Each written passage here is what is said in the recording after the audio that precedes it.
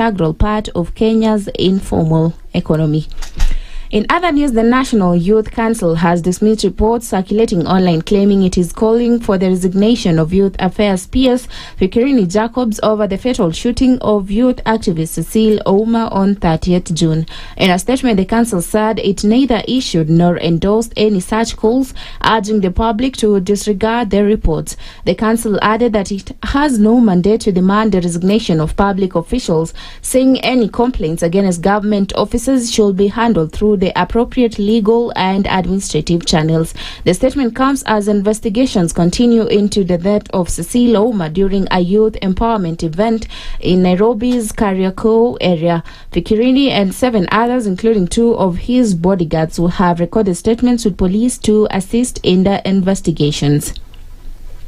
Halsey's Aden Duale and Attorney General Dorcas Odor are facing contempt of court proceedings over allegations they failed to comply with a court order requiring the gazettement and appointment of elected members of the Kenya Nutritionist and Dietitians Institute Council. The application filed by Oscar Kambona says the High Court ordered the appointments within 14 days of service of its 25th March judgment. It alleges the order was served on 30th March but was not implemented by the 13th April deadline despite a subsequent reminder.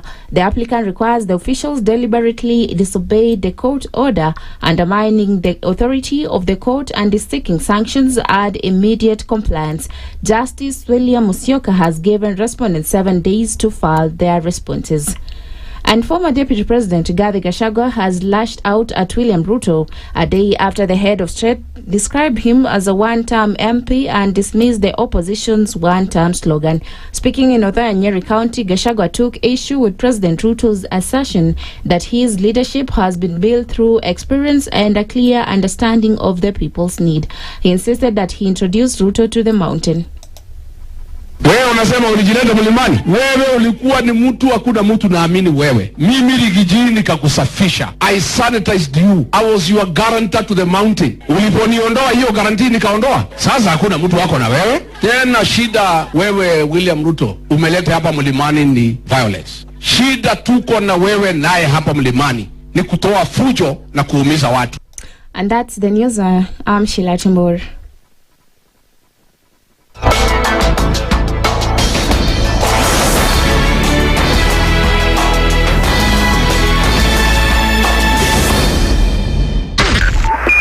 .5 Spice FM Kisumu, broadcasting worldwide. Spice FM online, mobile, and on radio. Facebook at Spice FM KE. The following takes place from 6 a.m. to 10 a.m. every weekday on Spice FM. Every time he kept on saying he wants a vibrant opposition. How does it make sense that public money has been used for anything and then they dare to sell it back to you? Why are they not giving them for free? That's how broken we are. That's how broken we are. They're being sent home now for fees. They're going to fail to prepare.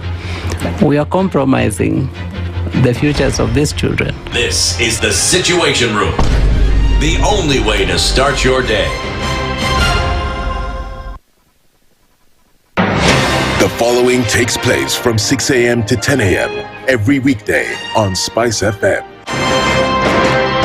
He is himself actually has admitted that he bribed members of parliament. He admitted that he bribed members of parliament? Well, when he said the government, when he said that he gave the 10 million was for what? We're always quick to point faults in somebody else before you look at your own faults as a person.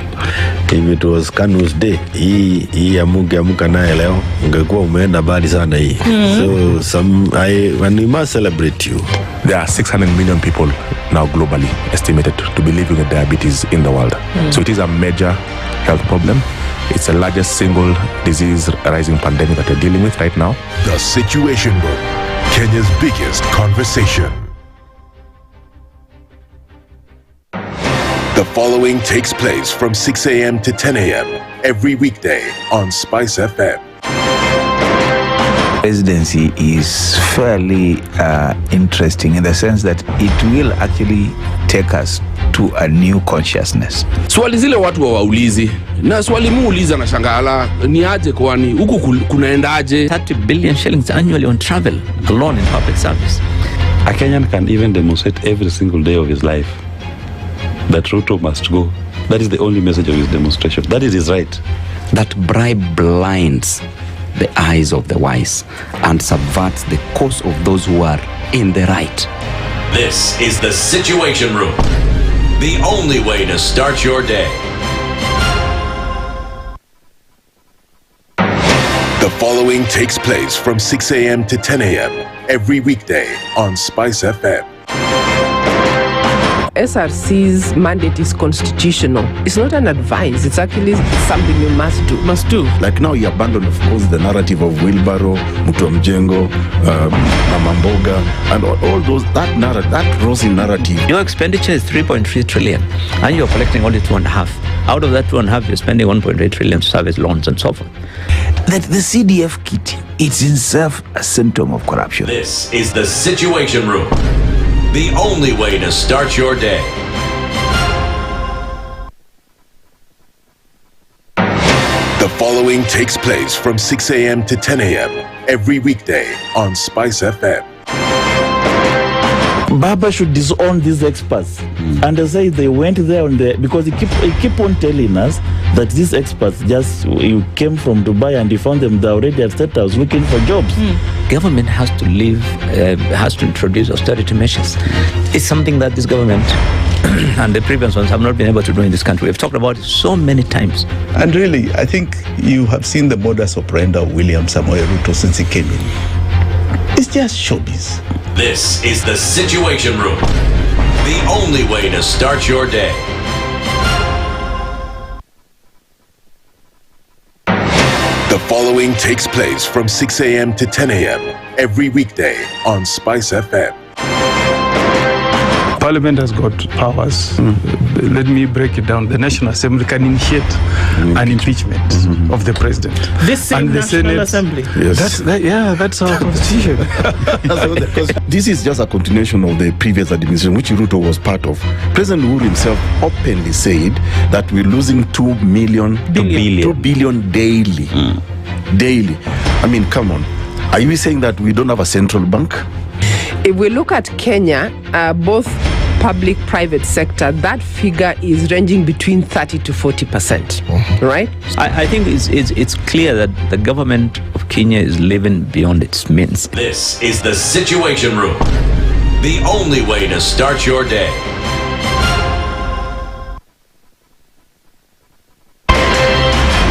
In this country, 6 families and 8,000 Kenyans control 90% of the GDP. We are not a country. We are a plantation. We work for Ruto. When you're telling the judges court orders are papers or they will not obey court orders, they're sitting and you're seeking orders from them. So how are they supposed to interpret it? Isn't it an oxymoron? When you see a judiciary that seems to be under some control somewhere, you start questioning. We have very powerful governors, but they don't use their offices to serve the people. If you are not shameful to do what you are doing, why should we protect you? I'm human. Everybody's human. So when you're told, kuja tuongee, I mean, you'd be a fool to say, staki kuongea. Conversations have to be had, you know? People in leadership should only go into leadership if they are ready and willing to change the lot of the people. The Situation Room, Kenya's biggest conversation. Mature, intelligent talk every morning. Spice up yourself. Mornings done right. 94.4 Spice FM, Nairobi.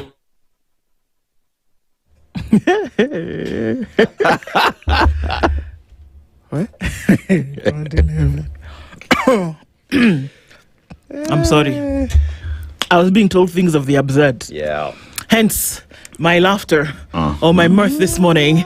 Good morning, Mr. Aseto. Good morning, Okoh. How are you? I'm fine, thank you. You're fine in the Lord? Well, we thank God.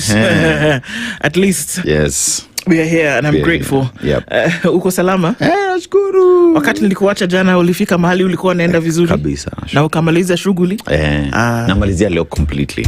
Today? I'm going back today and then clear some few things here and there. Then finally I'll be home. Fully.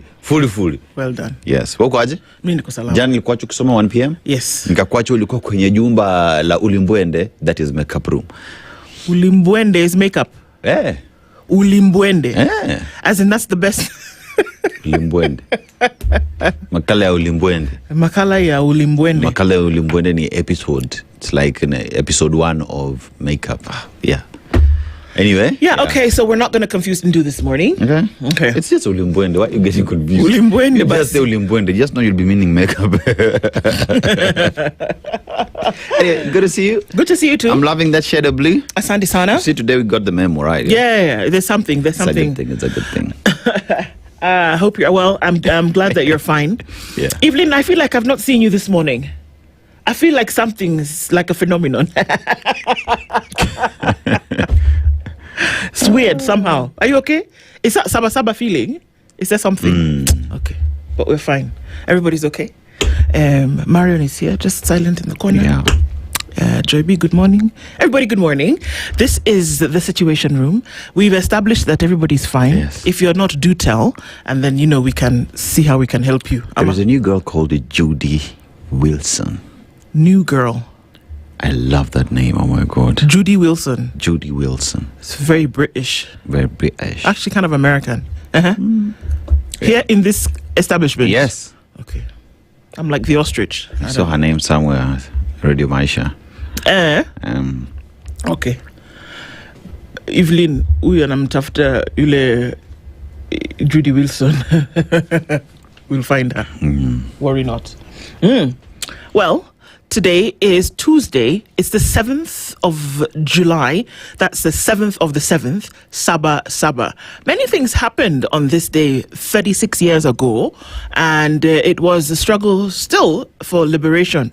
And there were many a person who were involved in that process to try and, get Kenya to the point where it moved beyond the lack of independence and the lack of good governance and leadership. True. One-party rule. Yes, one-party rule. And that is still being remembered today. It'll form part of the conversations that we have today. So do you say happy Saba? Yeah. Okay, happy Saba then. Why not? I think it also crosses cross borders to Tanzania as well. Yes, Tanzania also celebrates the same because at some point they also fought for that. Okay. So, happy Saba Day to you. And as of that, we'll let you know some of the conversations that we'll be having today in the Situation Room. Where you tuned in this morning? If you're tuned in to our audience on KTN, good morning to you, Karibu Sana. And around the region and around the world, different audiences, thank you for joining us today as you do. Terrestrial radio, as you tune in, Karibu Sana. 94.4 if you're tuned in, you're in Nairobi. And if you're in Malindi, that's going to be 97.6, 96.7 in Eldoret, 96.0 in Nakuru, 87.9 in Mombasa, while 90.9 in Njeri, and 102.5 in Kisumu. And our live streams are up on YouTube, Facebook, and on X. As we get into the conversations this morning, thank you for being with us. There are already some spot checks as we're coming in early this morning, and it looks as though somebody might, get their knickers in a twist because somebody might be on the roads. Anyway, that's what it kind of looks like. It almost has become the new normal. Thank you for being here, even as we get into these conversations, folks, because it's necessary that we do, as we say. This is a Situation Room. Dennis Aseto and Nduh Okoh with you this morning as we get into these conversations. Like I said, I'll tell you what those are. We're going to start off our conversations at 7 a.m. with Frederick Okango, who is a strategic advisor. We're going to be looking at Saba at 36, justice, compensation, and inclusion. Are the folks from those clashes many years ago taken into consideration? That would be something to look into.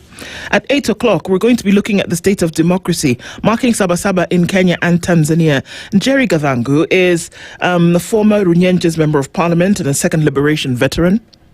He'll be joined by Dr. Nicodemus Minde, who is a researcher and foreign policy expert.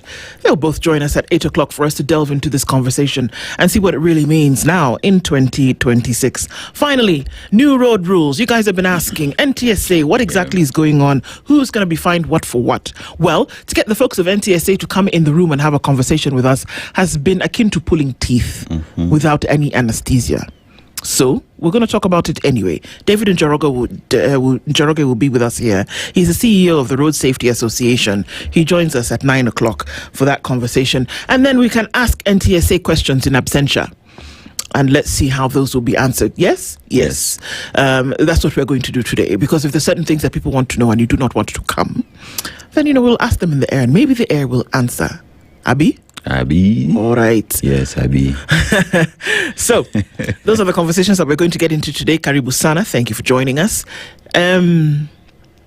Liberia is where we are this week. Yeah. Yes. So we've established it's the oldest, what do we call it? Oldest republic in the continent. Comme ça. African Americans come back, say we want from a country. Freed slaves. Yes. There is that time when the Liberian president was in the United States, and President Trump was like, "You speak some very good English. Where did you get that from?" Liberia, sir. From me. It's me. We have good education. We can speak some good English.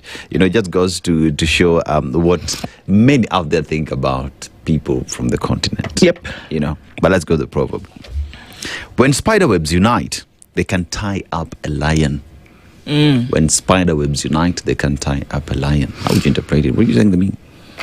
Well, I think about comparing the size of the spider to the lion, and it's momentous. Rather, it's gargantuan in terms of difference. And that this little spider web, when you think about a spider web, and if you're cleaning out your closet or whatever, you can sweep it away in one swift movement. But the thought behind it is that on its own, it's nothing. And it wouldn't have any kind of impact against this huge thing, the lion's paw, for example. But you can imagine being tangled up in a web. That's what it's akin to. Or being tangled up in many webs. And it will essentially then be able to capture this thing. Going it alone might seem terrible. But if you come together, there's unity in numbers kind of thing. That two heads are better than one. The more the merrier kind of thing. I guess there are many other English phrases to kind of explain it. But if you go it alone, as opposed to going it together, many drops fill the ocean. We can go on and on. But yeah, that's what comes to mind. That if you do it alone, it might seem like you can't. But if you do it together with somebody else, it's something that can be surmounted. Let's talk about teamwork and unity and what that can do. They keep saying, if you want to go fast, go alone. If you want to go far, work with others, So there is power in unity in terms of encouragement, in terms of exchanging ideas, and just finding out different strategies of attacking a problem and coming out as a winner. Going alone, you will take longer, but doing it with many people, shorten the period, and you do it better. Right? So teamwork. Makes the dream work. Yeah, teamwork is the dream work. Teamwork makes the dream work. Yes. All right. So thank you, everybody, for joining us in the room this morning. And just tell us where you tuned in from, and let's get into it. We're going to take a minute to say hello to you, and then, get into business of what is actually in the headlines today. All right. So, again, tell us where you're tuned in from this morning. It would be lovely to then just be able to get an idea of where that is. All right, good morning from Mombasa, says Peter Kiari. The real luxury in life is time, peaceful mornings, and the freedom to choose how to spend your days. Yep, our lie. Wouldn't that be so great? It's coming, that time. Robert Tabog is tuning from Mombasa this morning. And Cliff Sunday says, good morning, Team Spice. We continue hoping for sober politicians and wise speech, something we will lack. Rather what? Something we still lack in Kenya today, especially from the executive. Yeah, but one can only hope. That is definitely for sure. Catherine Nyambura is tuning in this morning. Good morning, Nduh and Aseto. Wishing you a good day, praying for safety for all Kenyans, and so shall it be. Joe Mungai is tuning in from Washington. Good morning, guys. If Kenya does not get rid of Goonism is going to get rid of Kenya. Can say it better. Robert Rogers Nyanga is tuning in this morning, watching from Bidikani, Voi in Taveta County. Good morning to you. James, hello. God bless you, Team Spice. Asante Sana. One channel you can recommend to a 15-year-old, 35-year-old, 75-year-old, and not worry what they will hear. We have tasted, and can now attest that now God must keep you for us. Wait. We need to put that on something. I'm going to take a screenshot of that. Yeah. Thank you very much for that, James. Asante Sana. And thank you for tuning in as you do. We really do appreciate you. Wanda says, good morning, Nduh and Aseto, tuning from Toronto. Good morning to you. The world thanks Belgium for showing a red card to FIFA corruption and USA cheating. So it's interesting that all three hosts are now out of the World Cup. Canada got the boot the other day. Mexico last night, or rather this morning, and the USA as well. Portugal is also out thanks to Spain. And so it's looking interesting. We saw that giants Brazil were out. So who's left from the South American continent? It would be Argentina. Who's left from Europe? England, France, Spain. And then from North America, the big boys that you thought would still be there. Mexico gone. USA out. Canada out. So let's see. It's going to be an interesting semi-final. You will call the man. He's called who? The FIFA guy. Seb. No. Oi, what is his name? Infantino. Gianni. So you'll call the gentleman. You will review red cards. But my friend, you will not review over 22 legs in the field. Yeah. It was time. Not do that. Yeah, it was time for them to go. Yeah. And I'm sorry. Must go. It's interesting because every World Cup, every major tournament that you start to uncover things. I mean, it happened with Shoo with CAF. Questions are being asked about the corruption at that level. Infantino will have some questions to answer as well in terms of what's happening with FIFA rules and all of that. They'll have some questions to answer. On the independence of the body as well. Exactly. Yeah. You know, so some countries rule the roost. When you have a football governing body and you have a president, and you have a governing council, who certain things should happen. But some countries have sway. It's like the United Nations all over again. Sad. It is. Sad. So those two men actually right now, Shoo and Infantino will have some interesting questions to answer. Yeah. All right. Thanks for bringing that up, Wanda.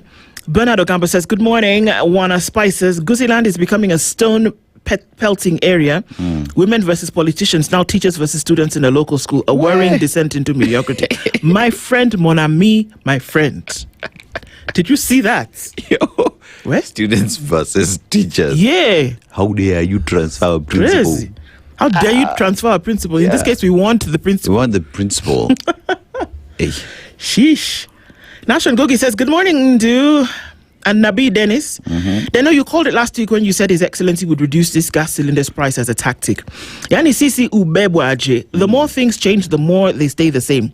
Umeona watu wa Olkolau? Yeah. They were supposed to get three mattress, cooking oil, cooking gas for 5,500 shillings. So now they've said that 20,000 families in Olkolau. Your guess is as good as mine. Why Olkolau was chosen? It could have been anywhere, but they chose Olkolau. Yeah, go with it. Here's the thing. And all those people will do all of those things: mattress, cooking oil, cooking gas for 1,500 shillings. Yay! Here's the thing. Okay. People of Okoh, have you been sleeping since 2022 on a mattress? People of Okoh, have you been cooking with gas? Ni hayo tu kwa sasa. There's something happening on the 16th that maybe, perhaps could be the reason why these things are coming to 20,000 families. Pumpkin. Pumpkin. That's why you say that is an omena brain. Bado sijafika point ya omena. Open your eyes. Open Open your eyes. That's all we're being asked to do every day. That's a good question, Nation. Leo says, hello, Princess Nduh and Aseto. Who will reign on human traffickers and fraudsters claiming to be employment agencies? CS and PS talk big game, but nothing follows the words. Who benefits from this blood money? The good CS for Labour was out again saying, kazi maju ni kazi mzuri. Okay. Still not talking about the fact that people are still being recruited to Russia. Hello? The Super CS, Mofa CS, went and sat and had a meeting with Pavlov and said that no more. No more. They would have to pay for their transport back home. It's Kenny says, good morning. It's Kenny from Kiambu. I like the way you announce yourself. I have missed you guys. Just a quick one. Our government's hands have breached the SACCO's cookie jar. 2 words. Run, Murife. Yeah. Murife, run. Yes. I hear people already removing their money from SACCO's because they're like, what? Yep. Atutufanya nini na pesa yetu? Never. And you know that there are a lot of people who are in SACCOs who take that money at the beginning of the year. They do many things. True. Pay school fees, do this and that. Projects and that. Projects. Then you want to come and tell them ati wacha tuweke hii pesa kwa serikali alafu tutakurudishia infrastructure fund. Guy said, Do you realize the shock that the SACCOs are going through right now? Because remember, money doesn't just stay in an account.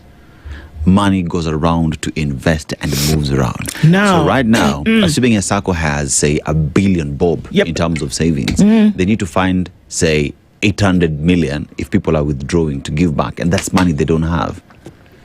The money in the SACCOs is the money that people have saved. Yes. Now you want to say, give us that money. It goes to national insurance. Now that's the moment where we say nonsense and omena. Because people have said, no, please. Airport. No, please. Not with my money. Hata kama utanirudishia baadaye na 100% hastaki. Yangu siguze. Yes, that's where people are this morning. Mattress banking. Socks banking even. Yes. Okay. People are in the room. Jennifer Atani says, good morning. Aseto and Team Spice. Glad to be here this morning. Nduh, the gang snatched my phone over the weekend. No, they did not. Let me tell you, we can pray some very dangerous prayers. The fingers that snatched that phone. You know how they say, may their anus be infected by 1,000 ants and may their arms be too short to scratch. May their hands be infested with bees so that they can touch nothing. My goodness, what do they mean? Do they know whose phone they touched? And may their phones continue calling in their stomachs. Exactly. Tibbs Muge says, good morning, Team Spice. Cuba needs more attention and so does El Obed in Sudan. This is true. True. Stephen Juma says, good morning, Spice family. I'm in the Situation Room ready for powerful conversations as usual. Karibu Sana. Erica Ward, good morning to you. Karibu. Wandera James is tuned in from Kampala in Uganda. And Kimi Hack says, the butcher is back. He's abducting, torturing, disappearing and killing Kenyans. But time is coming thick and fast for the butcher to fall because nothing good will come out of the Kenya Kwanzaa administration. Kimiak, good morning. Good morning. Bwangi Juma says, good morning, Team Spice. How are you all this morning? Opulence in Luoland. It's their time to eat. Opulence or opulence? We'll go with both. Mark Mwangi says, good morning, Nduh and Aseto. It's really unfortunate that the gains of Saba have been watered down with abductions, extrajudicial killings, and muzzle of free speech. God save Kenya. Amen. Eric Nganga says, good morning. Gusii Nation has become a hotbed for Gunism, while the CS security is busy chasing Gachagua. How did we reach here? Very slowly, my friend, but sure. Alex Gyoko says, good morning, Team Spice. Kindly tell CS and Buddy to pay NEC contracted professionals their allowances. 2026 kitaeleweka. Nope. People who invigilated exams last year. Hawajalipwa. And he said last week in a meeting when he was asked when you pay, he said, Leo pesa ilitolewa. Leo ni leo. There's a song that's sung at the coast during weddings. Anyway. But sasa they've not paid them. Hello? CS expert FCPA. You have a missed call. Yeah, and 2026 is fast. We're already in July. There's 3 months to go, and then you're back into exam period again. You wanna think about where you're gonna get these folks because they've been invigilating, they've been examiners for years. Then now you don't want to pay them, then you expect them to come and do the job in 3 months. You know what August, September, October. Before we go in. Pesa Konsoko, my friend. Yes. Yeah, nobody's gonna come and do free work. There's no free lunch. Robert Arita says, good morning. Let the Saba day be a peaceful day, but always remember where we have come from. Kabisa. Isaac Ale says, good morning, Nduh, Aseto, and the usual suspects. Today, I leave you with a Luya proverb. Kuvunjika kwa mwiko sio mwisho ya kupika ugali. Yes. Have a wonderful, or rather hopeful day, won't you? Kabisa, great one. Paul Olaka says, good morning, another great day. The question is, are we still enjoying the gains of Saba Saba? Ama are we going back to Kumbaya? Ronald Giage, says, good morning. I think you meant Nduh. Hey, I've been called Andy. Yeah. I think that's the best one so far. And team, good job. Mogaka from Canada. Good morning to you. Christina says good morning. Sabalheri, Team Spice. The lady on the website needs to up her voice. Couldn't hear anything. Sikunjema Lakini. This is Roger's lie. I see what you mean. Yeah. Starborn Rice says, good morning, Team Spice. Today I'm turning 36 years old. Happy birthday to you. Well done. 36 is a good year. Raimtula Omar says, good morning from Karachi International Airport en route to Nairobi. Have you brought a wife? Are you coming with your wife, Raimtula? I hope you didn't just go and marry wife and then you left her there. Bring her, we must see, so that we can endorse. It's cold. I hope you carried your jiko. See, he has a wife. Jiko. Hey, bring the wife. We see her first. Otherwise, the wedding enu hapana. We want to see the wife. All right, Herbert, we see you. Social media is not kaput. We're here. Besha is tuning in from London in the UK. Good morning to you. Rahim Tula happy Saba Saba Day. Frederick Angwenyi says, good morning, Team Spice from Doha. Family.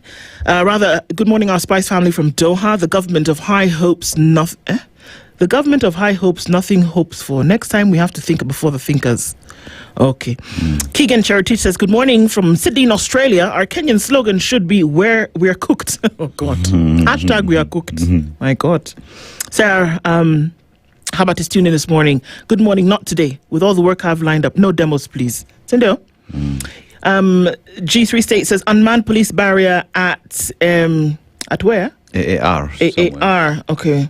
I think that just kind of disappeared. Yeah, but there's some spot checks as you get into the city. We saw one on Mombasa Road. Yep. I don't know what it's looking at other parts of the city, but one to watch. Sawa. All right, everybody. Karibu Sana, thank you for joining us this morning. Very lovely to have you in the room. So we're going to do a quick one, see what's happening on the roads this morning, and then see what's happening with the weather. It's a bit chilly this morning, isn't it? Yes. All right, we'll see, and then come back and look into the headlines. Karibu Sana, good morning. This is the Situation Room, the only way to start your day. The weather with Spice FM.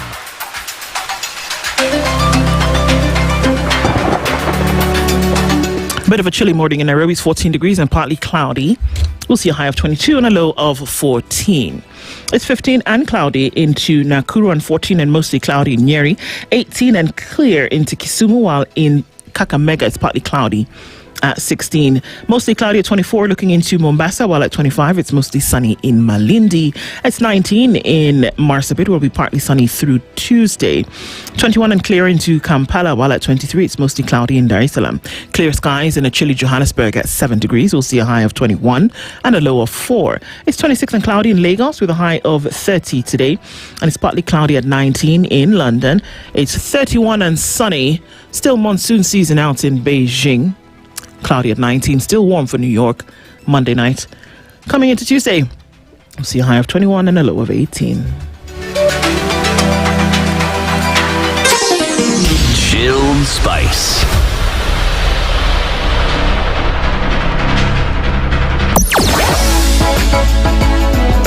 Sugar and spice and everything nice. Spice FM. Spice up your life. Traffic. All right, quick look shows that traffic is not doing too badly this morning. There's some traffic on North Airport Road heading in both directions through towards Outer Ring and then through towards Mombasa Road through Cabanas. It's also very busy on Jogger Road this morning in and outbound traffic from the Makadara train station out towards Landis Road and then the other direction as well. But then Landis will take you towards Haile Selassie without too much of an issue for now. The Thika Superhighway has traffic that's coming in just past Clayworks and then before Kasarani, and so that's a bit busy as you get out towards the city. Apart from that, nothing much. Still slim pickings though. Let's see what happens as we get into Tuesday proper. Okay, things moving. SpiceFM KE on X. Hashtag the Situation Room.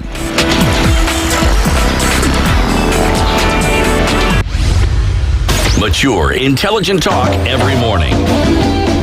Spice up yourself. Morning Mornings done right. 94.4 Spice FM, Nairobi.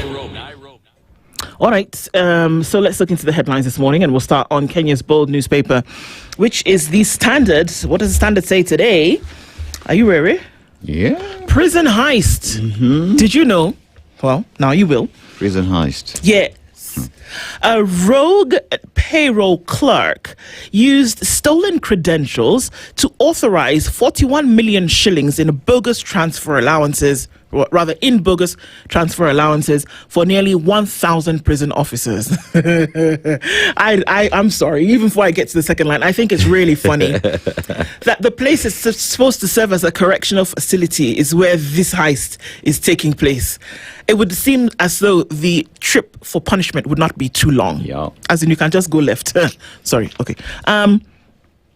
This has triggered one of the most brazen payroll breaches in recent years. Warders of every rank, including senior commanders, woke up to unexpected deposits before investigators traced the scheme to an insider in the payroll department. 6 months later, in 6 months' time, the Directorate of Criminal Investigations has finally opened a formal probe into a scandal that exposes deep rot in the State Department for Correctional Services. I just want to say that the current PS for health, one of the PSs is Mary Muloni. She used to be the PS for correctional services in this. I'm not saying anything. I'm just saying that at the time where this thing was unfolding, she was the PS. 41.34 million shillings is the total amount of money that was sent to 964 officers. 2.52 million shillings is the cash dispersed to 7 accounts. 1.66 million shillings is the largest fraudulent payment in the scheme. So a guy just sat and said, "Mi naona kama watu wako na njaa leo. Acha niwa nini kidogo." Question is, M-Pesa inaweza bulge. Swali. Right? So individuals who found this money in their account like, niko na 1.6 million. Now, where's Ifanya Safaricom reverse? Oh, no, sorry. Huh? Did they raise it, especially now that they're coming from the correctional facilities? Or was there a depleted, people realized, kuna pesa imepotea. But the people who received the money never raised a finger. Somewhere. So now your correctional services needs correction. Nikama. We're going to look into that story. But the question is, this whole time, has the DCI been gathering evidence? Have they been lining up the investigation? What has the case been? Because 6 months after the whistle essentially was blown is when they've decided that now is the time to do something about it. Yeah. So let's see what this investigation will unfurl.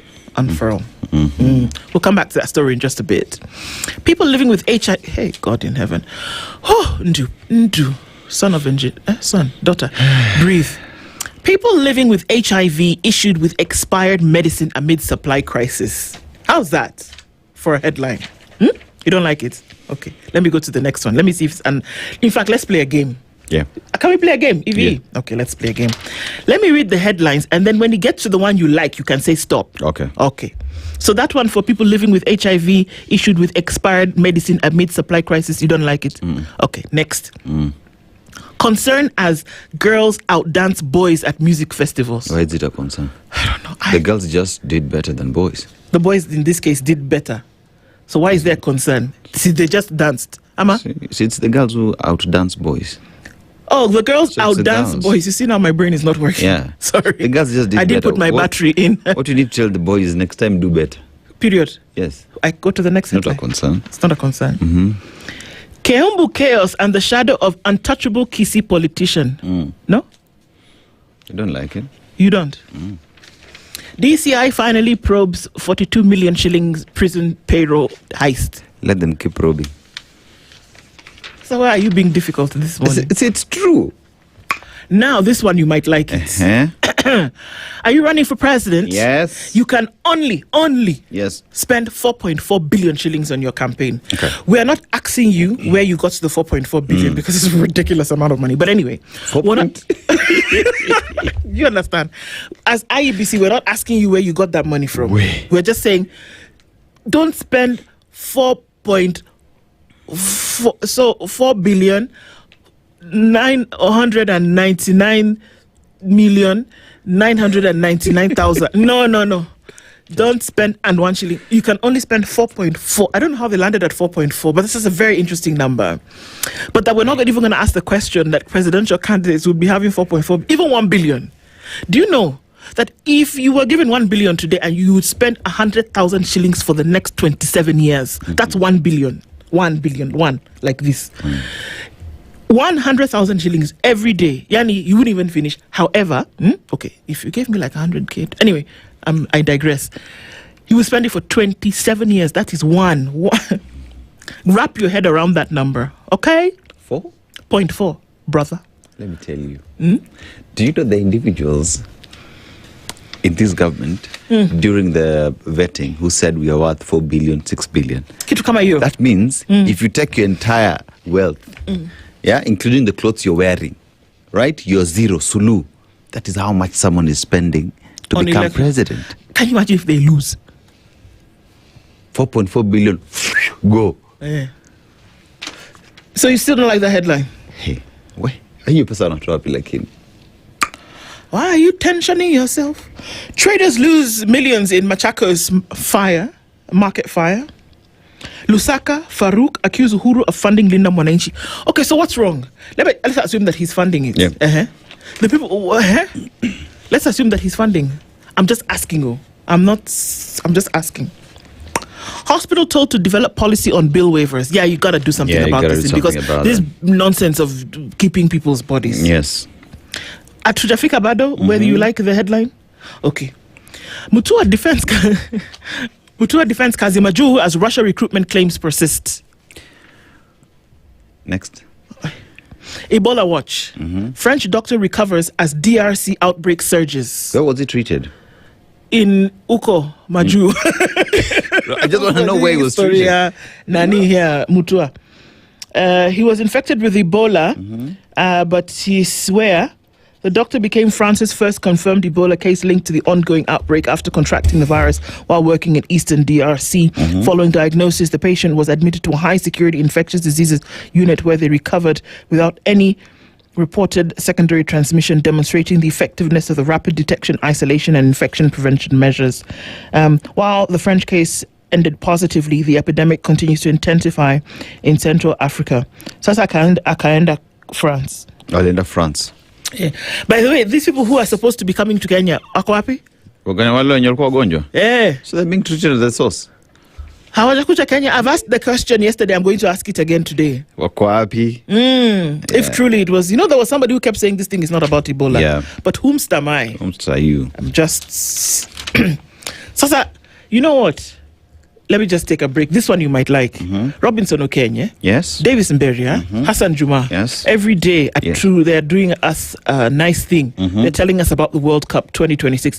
Today you want to watch that show because you want to hear what their thoughts are around now these recent happenings. Yeah. Especially around what Infantini acting like an infant instead of now just doing the right thing. So yeah, KTN World Cup 2026 every day 2 p.m. on KTN. Ruaraka land saga. EACC seeks to recover 1.5 billion shillings and prosecute officials. Yeah. They seek to. Do you understand? They are not doing. They seek to. Yani, give me a break. Court stops Sudi's grab of 40-acre Mara land over disputed title deed. Oh, he's also a grabber. My problem is not this headline. My problem is the things that were happening prior to this headline. Yeah. In what world was it okay for him in the first place to grab the land? To grab his land before the court? I mean, the court has to then come and say, "Excuse me, Oscar. We can't do that." Yeah, okay, please stop it. Please stop it. Like, just go back. What you have is enough for you, and this is like public land. You can't grab it, Oscar. The court had to come in and say that, as in it's just normal. A guy comes and says, "Hii paka hapa ni yangu." I mean, come or what? Yeah. Apartheid era memories. The cost of South Africa's anti-immigration campaigns is still a big conversation going on at the moment. Those ones will miss us. Those ones, they will miss us. Oja kwanza. Pata. Saba taught us we must have courage to demand more. My friend Njeri Gitahi has that in the opinion pages today. And of course, seeing more of what's going on. Somebody playing the trump card. I'm introducing FIFA's third card, which can reverse a red card. Yeah. Trump card. Yeah, right. The trump card is a green card. Yeah. Understand? Permanent residency. Okay. Benedict Toroitich also in the opinion pages today says that one-time shouts are not enough to send Ruto home come 2027.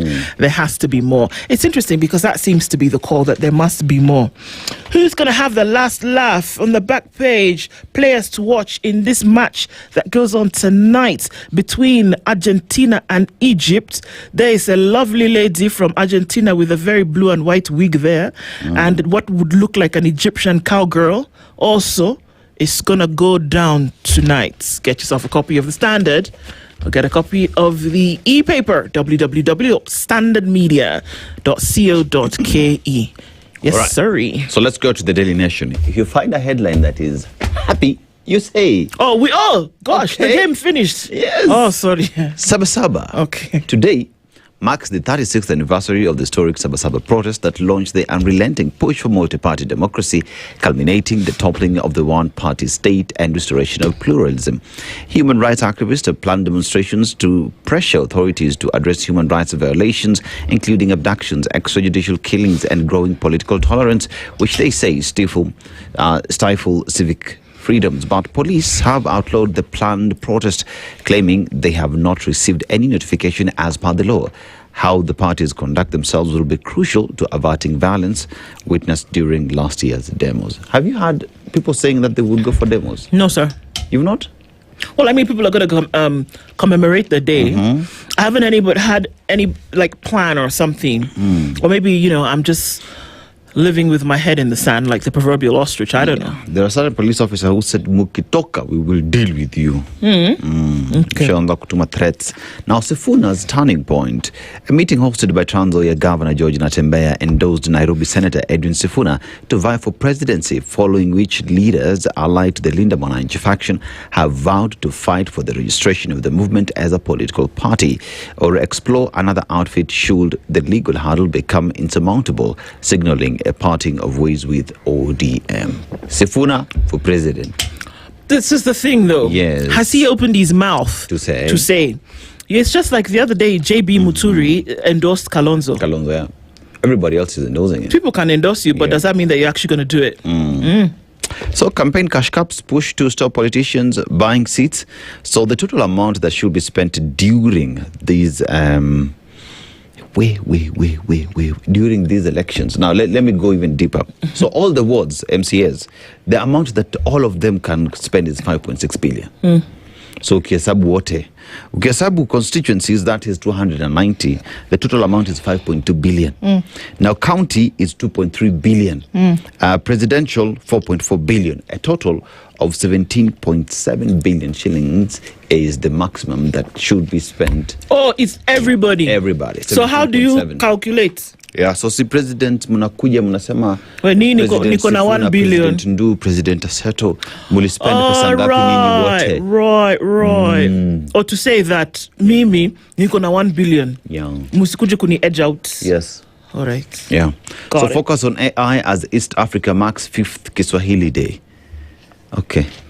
Court orders Catholic priest's son included in a state distribution. You should see your face. You should have seen the transition on your face. Read that headline again so that we can be confused together. Court orders Catholic priest's son included in estate distribution. Let me just read. So the High Court has ordered the Catholic Diocese of Eldoret to include a man said to have been fathered by a priest in the distribution of the priest's estate, stating that children are entitled to inheritance regardless of the circumstances of their birth. Kondo. Yeah. Where? Because now I see you asking questions beyond the headline. As a good journalist should. Well done. Your teachers would be proud. Because wait, what? Priest's son. And it's we're not even talking about the inheritance. We just want to know how the son came about. Yeah. Because you are not supposed to have a son as a priest. Sindeo? Neither should you be doing the things that should lead to the having of the son. Anyway, karibu this is the world. It's the world. It happens. What are my feelings? A minor stuck in Saudi, DNA test and a mother's hope of reunion. So Penina Wanjiru, who was deported from the Gulf nation in March 2025, is optimistic about seeing her daughter again. So on May 17th, Penina Wanjiru did what she had done every day since she returned to Kenya from Saudi Arabia more than a year ago, wondering how much her daughter had grown. The day is supposed to be her daughter's 4th birthday. So she has a daughter in Saudi but can't come here. How did the daughter get to Saudi? She was born question. there with I think she was born there. So then when she was leaving, she said, what? How did you leave your daughter behind? I think that is further deeper into the story there on page 3 of the Daily Nation. Lakini hapo kwa priest bado ndio niko. Do you need a minute? Hey. Do we need Evelyn to draw you a graph or draw you a picture? Explain 1 + 1 should be equal to 2, but here it's 11. 1 working child. Now, police and activists differ over Saba protests. So, activists say we will come out. Police say don't dare. Anniversary of 1900 demos to demand multipartyism. I think that is further explained on Saba and why it's important. Now, IEBC bid to limit campaign spending during 2027 polls. So that's the story that has been expounded there. Sifuna on page 7 as well on his presidential ambitions as is being pushed by those who support him. And Roraka Land EACC to recover 1.5 billion shillings land. So here Okoh, page 8 and page 10, drought ravages tea farms and triggers massive losses and job cuts. So some farms have been forced to prune crops and lay off workers to cut operations. One asks the question, here we go. With what we see today with the climate change and reduced rainfall, what are we doing to move our agriculture from rain-fed agriculture to irrigation? So here then we bring, there's an irrigation PS, water and irrigation PS, yes, right? Yes, there is. So one asks the question, what is their plan in dealing with the problem that we see today? Tutajenga. Ngapi? Oh, tutajenga? Yeah. Sisi tutatenga. Hizo zinafaa zikutane, si ndio? Somewhere. In the meantime, losses are being counted and jobs are being lost. Currently. Unfortunately. So there's a man who sold soil, mchanga, to Chinese investor for 156 million shillings. I like that guy's bright. That's upcoming young man. Yes. So he sold it for 156 million bob, and he was fined 10 million bob. So he kept the 146. Smart man. Guy sharp. In fact, I want to meet him. Soil, yani mchanga. And not even him, he's okay. The dullards who bought the mchanga, what did they think they were buying? Import business. Minerals. Sasa hii mchanga chukua wewe utaenda kufanya separation, utapata dhahabu. Nimekuzia loam soil. Loam. Yeah. Shockaroo on you. All right, let's look into the Star.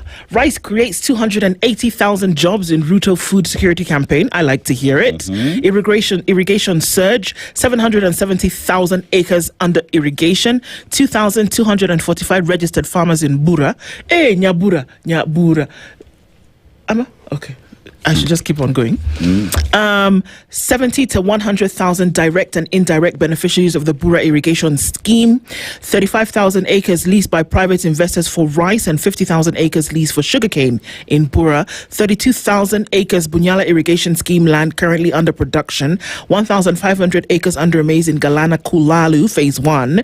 300,000 households directly benefiting from rice irrigation and 59% rise in Mwea's rice production in 3 years. Let me tell you, Maina. May I have a question, but go first. If this is actually the case, I think it's a wonderful thing. Yeah. Absolutely wonderful thing. And I also think that governments around the world never talk enough about what they have done. Yes. If this is the case and it's really happening, I say absolutely wonderful. Ask your question. Galana Kulalu, if you look at that picture, shows mahindi that is doing very well. Yeah. Have we ever harvested? Sasa unaona unataka kuspoil story. No, kwa sababu mahindi does not take 4 years to be harvested. Maybe it's harvested and taken where? And what's the return, what's the ROI to the people of Kenya?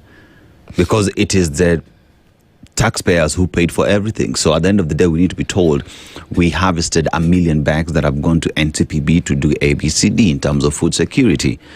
I'm just asking. Sasa kwa nini unanishautia? Sinauliza. Okay, baby girl. Umeona mahindi anyway, yeah. Miss Jui. So I've just told you. It's great that we're being told on what it has done, but as well, 4 years is such a long time to harvest mahindi. Sindio? And it's too long. And what else? It's rice. Sugar and rice. And sugar cane. So at the end of the day, whilst this is good, we need to be told we harvested X bags of, is it rice or maize? I agree. And it is doing ABCD to help deal with the food insecurity in the country. Did you know that sugarcane is a grass? Eh. I'm just trying to divert your attention from this Sasa exam when I partia. Okay. Because I agree. However, I don't have an answer for you. Okay. Your friend. Inside Treasury, CS embodies economic game plan. Less borrowing, no new taxes. It's a lie. You're borrowing from Sarko's, bwana. Acha bwana. It's a lie. It's a lie, bwana. Kuna. No, you can't even proceed with it. It's a lie. They're planning to borrow 1.1 trillion because there's already a deficit even before we start. Bwana, it's a lie. It's a lie. It's a lie. No. Wow. No. This is some of your headline. No. Hey. Forget bullets and Barasas. Hey, Barasas. Why Kenya needs mini data centers to beat cattle rustling? Oh. In fact, bullet me. Shoot me.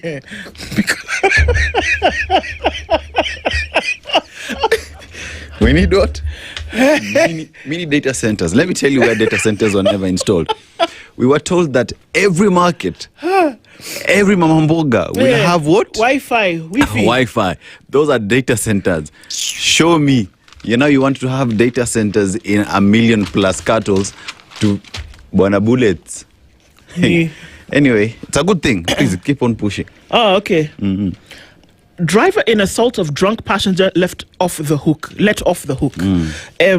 Njeri court has acquitted a Mutanu driver of assault and malicious damage charges after finding the prosecution's case uncorroborated. Senior Magistrate Mary Gituma ruled that the state had failed to prove beyond reasonable doubt that Stephen Njeri assaulted Isaiah Wanjao during a fair dispute on the 2nd of June. The magistrate said that the complainant was the only prosecution witness to give an account of how the incident occurred, and his evidence was not corroborated. Oh, it went on and basically said that the guy can go home. The passenger would have been in the bus alone?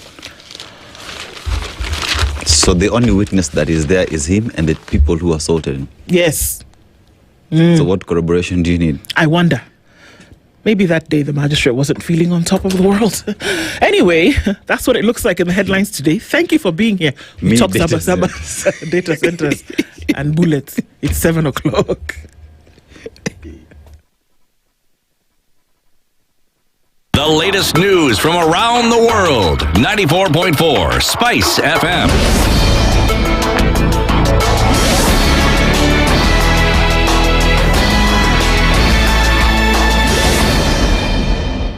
Good morning. This is the news. I'm Sheila Temur.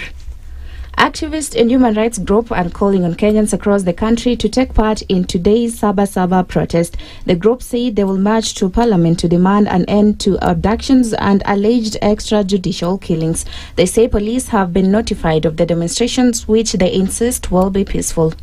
As we marshal this cause of the third liberation of this nation, we want tomorrow to take a petition to Parliament, not just because of police brutality and extrajudicial killing, but we want to take this cause further so that we can have a nation that everyone can enjoy living in. In any event, should they doubt, we did present that notification last Thursday, so they have it. The IBC has proposed a campaign spending cap of 4.44 billion shillings for presidential candidates ahead of the 2027 general election. Under the draft campaign finance regulation, political parties will be allowed to spend up to 17.7 billion shillings on campaign activities. The proposals will undergo public participation before being tabled in Parliament. The Commission has urged lawmakers to approve the regulations by the end of August to allow adequate time for implementation. The IBC says the measures are intended to operationalize the Election Campaign Finance Act and promote transparency, accountability and fairness by regulating campaign spending across all elective positions.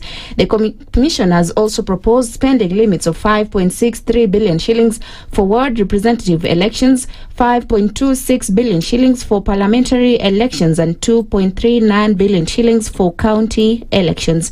For parliamentary races, North Horror constituency in Marsabit County will have the highest spending limit at 94 million shillings, while Tetu constituency in Njeri County will be capped at 11.2 million shillings. Kilgoris County constituency will have a limit of 22.4 million shillings and Kibra constituency 14.5 million shillings. The IBC projects transport will account for the largest share of political party campaign cost, followed by advertising, media campaigns and payments to election agents.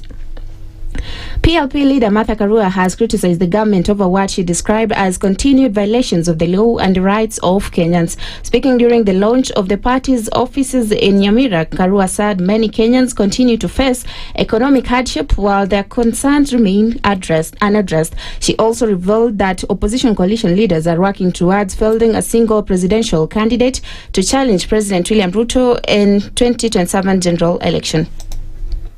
Ile shida kubwa sana Kenya ni ya serikali yoko kukosa kufuata sheria za Kenya. Hawaheshimu haki za kibinadamu, wanatumia pesa zetu kama pesa ya ukoo wao. Kule hospitali ukienda upati dawa, SHA ndio hiyo haifanyi. Hatuwezi fikia one term na hatuwezi kuwa na serikali mpya tusipoungana na kupata candidate mmoja wa kupeperusha bendera. Lakini tumeapa sisi zote tutaungana tuwapatie mmoja.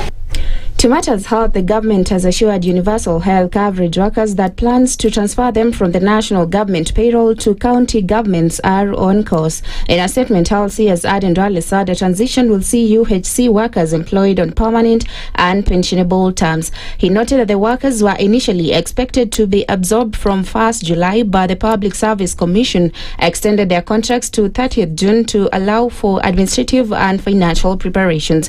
The assurance comes as the UHC Workers Union has issued a 14-day strike notice demanding the permanent employment of more than 7,600 workers by county governments. Speaking, Nairobi union officials said the workers' contracts expire at the end of this month and accused county governments of delaying implementation despite a National Assembly resolution supporting their employment. And we will be on strike until such a day the transition shall have been fully implemented and UHC given appointment letters by their respective county public service boards. From here, we're going to serve the strike notice, and it's not just going to end by the strike notice alone. We have also activated all our teams in respective counties, comrades power, and that we are saying that we are actually going to have demonstrations on a weekly basis. We need them to come here. We are going to pitch camp at the Ministry of Health headquarters. And that's the news. I'm Sheila Tembur.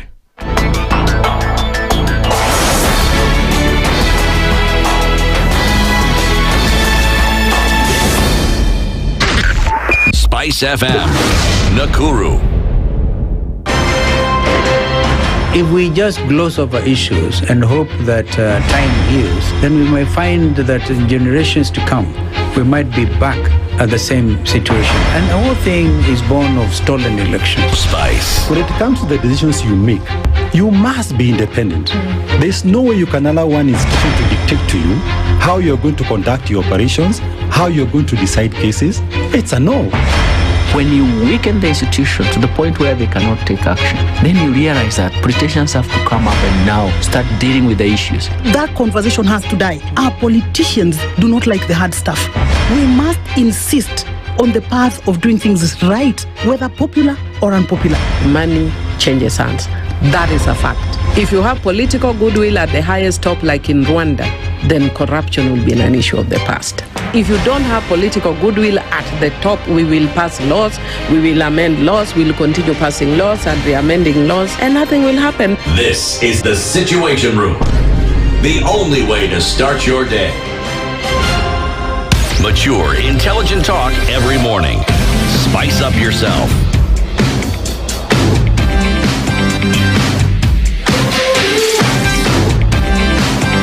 Mornings done right. 94.4 Spice FM, Nairobi. A very good morning to you. We're now at 7 minutes after 7 o'clock. I think it's interesting that it's 7:07 on 7/7. Saba on flick. One would think that I did that intentionally, but I didn't. I guess things just happen to fall in place certain ways. And I guess that then forms the basis for our conversations this morning. Karibuni sana. As you're tuned in this morning, here we are in the Situation Room on the 7th of July at 7 minutes after 7 o'clock. Our guest this hour helps us walk down memory lane and look into Saba at 36 and where it has come to at the point, coming away from, one party state to multi-partism, and Kenya saying that, you must get into a space where democracy, as is defined by Kenya, actually does take center stage. Strategic advisor Frederick Okango is here with us this morning. Good morning, Fred. Good morning. How are you doing? I'm very well this Saba day. Okay. It is the 7th day of July. Yes. 2026. But we remember 36 years ago. Yeah. I was also born on the 7th day, but not of July. Oh, I was about to start singing happy birthday. No. Too so bad. 7 is a very important number in our lives as Kenyans, particularly as we trace back to the issues of multi-party democracy. Right. Yeah. We'll look at some of those issues today. But before that, we'd love for you to interpret our proverb. Dennis will tell you where that's from. Yeah, the proverb today comes from Liberia, the oldest republic in the continent, formed in 1847 by returnees, pretty much African Americans, freed slaves who came back and said they formed the country. It is rich in iron ore, rubber, gold, and diamond. Also, another first from the country elected a female president, that is Ellen Johnson Sirleaf. Right. Let's go to the proverb. When spiderwebs unite, they can tie up a lion. How would you interpret it? Repeat it. When spiderwebs unite, they can tie up a lion. They can tie up a lion. Yes. I'll give it an operational interpretation. In my interpretation, I think even the weakest, when they come together in numbers, they can overcome the most powerful. That's what I interpret. Well said, well interpreted. Yeah, on the money. On the money. All right, so give us a little bit of your insights and understanding as to Saba Day. Those 36 years ago, on that day, what was it that essentially was being fought for, that Kenyans remember with, such spirits until today, and even want to be part of that spirit of Saba? Well, I think history is important, and I'm sure most of the young people today are trying to understand what is this Saba. The Saba of those days of the 90s was a moment that Kenyans were tired of a one-party state that was led by Daniel Toroitich arap Moi. At that time, people considered him one of the worst presidents, a dictator, if you like, because the government of the day, the KANU regime, had refused that the party that will remain Baba na Mama was KANU. And Kenyans were tired. Charles Rubia, Martin Shikuku, Kenneth Matiba, they were pushing for a multi-party state. And you remember there were arrests. Police tortured Kenyans. There were arrests, over 1,000 people, we are told, and before they planned for Kamkunji, the now famous Kamkunji grounds. Yeah. People were arrested, and finally, even after their arrests, people still went to the streets. Those days, people were fighting for a multi-party state. Then came 1990s, 2000. That movement was, or rather, that commemoration was later associated with Raila Odinga, my late party leader, and they were still fighting for certain reforms, accountability, issues of civic liberty, and many more, until the time that now Kenya got the new constitution. And in the new constitution, the people of Kenya gave themselves a multi-party democratic state. To date, I believe, there are still issues of concern to the people. They are not Saba related, but they are issues that I believe are on transform agenda, particularly issue of accountability. Right. And Kenyans continue to pursue that through constitutional means. Unfortunately, some of the constitutional means that Kenyans have been using have also been abused by the very people that pursue those issues. So I can, in summary, I can say that the Saba that we knew, the Saba that we read in history, it was a genuine fight for a space that was going to create multi-party democracy and that was going to create reforms, particularly in parties, because the political parties are meant to be the instruments of policy. If I were leaders of political parties today, I would celebrate this day by converging as political parties and reflecting back on how the political party became to be. But we see today some people are celebrating it differently because there could be issues that are pending, particularly issues of accountability. I mean, if you look at Saba, the original push for multi-party democracies, that is in the 90s, and that was achieved when our retired president, Daniel Moi, former president, repealed Section 2A. Now, we move further. Of the old constitution. Yes. We move further and we look at the Constitution 2010. Raila Odinga takes advantage of the Saba Day pretty much to as well keep on pushing for reforms and changes pretty much in the governance of the country. And that continued throughout. Today we see those who celebrate the day as well continue with that push in terms of change that they want to see in terms of governance, some of the civil rights, civic rights that they want to see and enjoy, still push on this day. But one asks the question, throughout this time, are Kenyans, have we gone back to the dark days when protest was illegal, when speaking your voice and pushing for reforms was never allowed? Are we back to the dark days? Because many Kenyans are saying we're still fighting, but we're not being allowed to be heard. I think I look at it differently. For sure, as a country, we have made progress. We have made progress to an extent that today you can even insult the president and you get away with it because it's free speech. Today, you can call for a meeting as a political party, as an individual, and you say whatever you want to say, so as long as you're within the law, and you get away with it. Those days, you could not. In fact, during the KANU days, you needed to get a permit.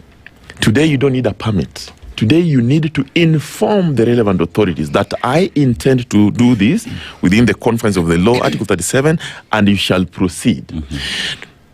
I concede that there are certain instances where, as a people, we have not probably exercised those rights within the confines of the law, and that is troubling, particularly where we have seen riots or assemblies becoming chaotic and people are injured, people are arrested for whatever reason. But I want to remind our viewers and listeners that the people of Kenya, when they gave themselves these instruments, these legal instruments, remember the constitution we have today is the constitution that was passed by over 67% of the people. They said, we want the Bill of Rights. And in the Bill of Rights, they also gave themselves part of the constitution, Article 37. Every person has a right to protest, assemble, picket, and present petitions to authorities for as long as they are peaceful and unarmed. That is the condition. That condition when not met, then now it becomes a very dangerous situation, particularly to the police officers and the participants. And that's where we are today. We are struggling as a country with how to exercise the provisions of Article 37, where we are agitating for certain reforms, accountability issues, issues of corruption, issues of, malpractice, wastages, and we go out to the streets and say, okay, fine, we want to present a petition to Parliament.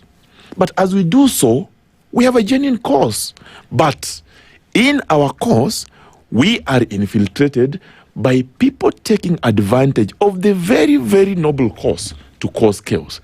The police at that point must now act to protect both life and property. In doing so, we have seen confrontation. Therefore, you can easily say it is a mix of issues.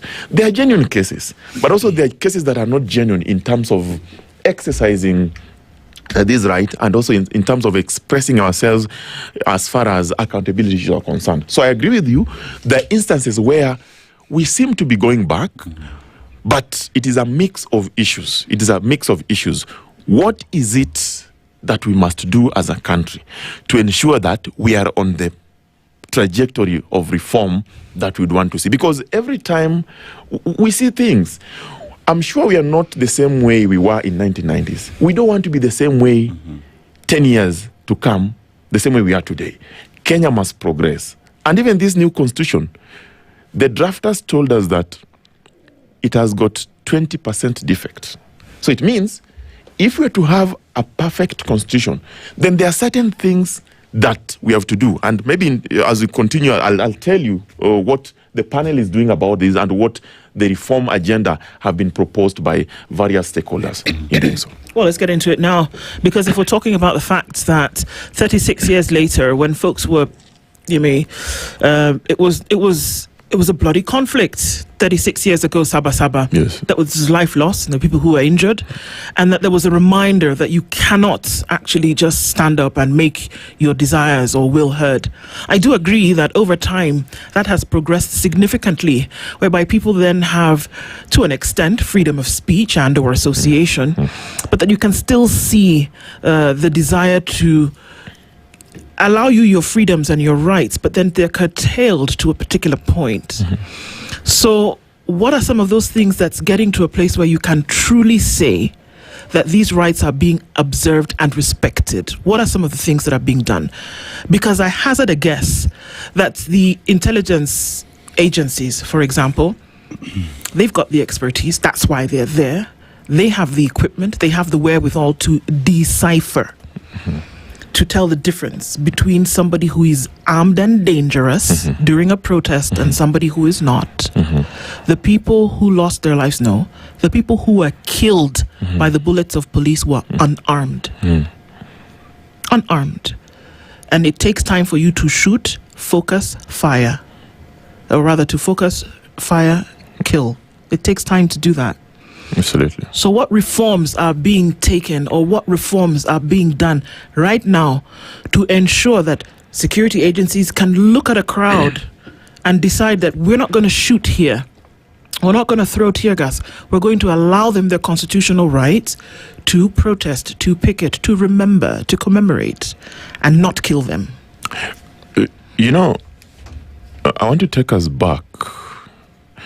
When some of the organizers of protests of whatever nature, whether it is Saba, whatever it is, whether it is finance bill protest, whether it is a demonstration, whether it's a picket, some of them have issued statements that are of a security concern. For example, when somebody says, tomorrow there will be no schools, there will be no going to work, there will be no passing through this road, because we shall occupy it and we shall protest to petition Parliament on whatever matter. What that means is, for the people who are not interested in your march to Parliament, For the people who are not interested in your protest, you're already infringing on their right to do whatever they want to do.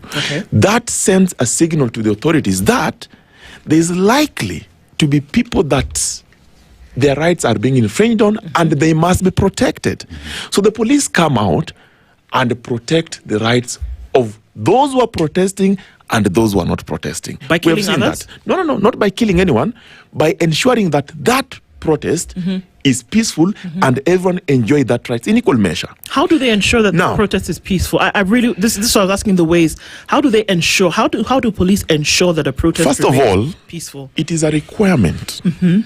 And I am not qualified to speak for the police, but I understand the law.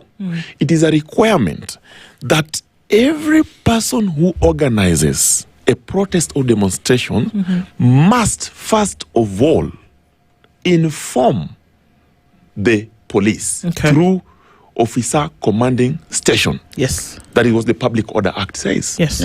Once you do that, then you work hand in hand with the police to ensure that you identify the routes that you'll follow, and the police put measures in place to ensure that those routes are peaceful and there are no criminals that involving or infiltrating, and they take you through. Right. That is the expectation. But the instances where we have seen organizers issue media statements that we will be taking petition to Parliament through Arambe House, and they take it to the media, or they take it to the police headquarters. That is not the officer commanding station place of work. The OCSs are all over. Now, when that happens, the police come out and say, we have not received any notification to that effect. Therefore, we consider that protest illegal. Okay. The problem starts there. Now, you have asked a very good question. How do the police ensure that these protests are peaceful?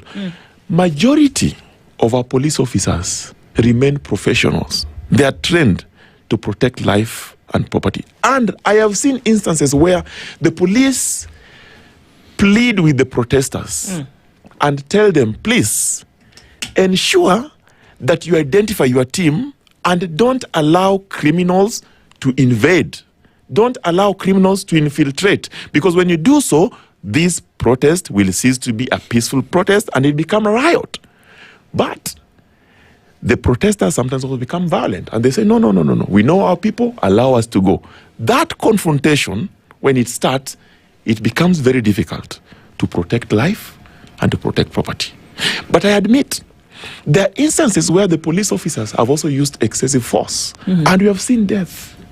Today, I serve in a panel of victim compensation and we are dealing with such cases where people died as a result of gunshots. People died as a result of police killing them. I am telling you that statement must be proved. But I am aware that there are people who died as a result of gunshots, and there are medical reports presented to the experts who are medical officers in the panel to do categorization. So, in summary, what I'm saying is, as a country, we have to reflect. We have to look back and see, is it possible to ensure that we have the police maybe retrained on how to handle crowds? Do we look at the police curriculum? Do we look at the Public Order Act? When the Kenya National Commission of Human Rights handed the report on the development of framework for reparation of human rights violation, including from demonstration and public protest, to the president, and ultimately the president gave us that report for implementation administratively. If you read the report, you will see in that report that they have recommended the issues of what to do with them, what do you call it, police Public Order Act, to ensure that the police are retrained on some of these areas.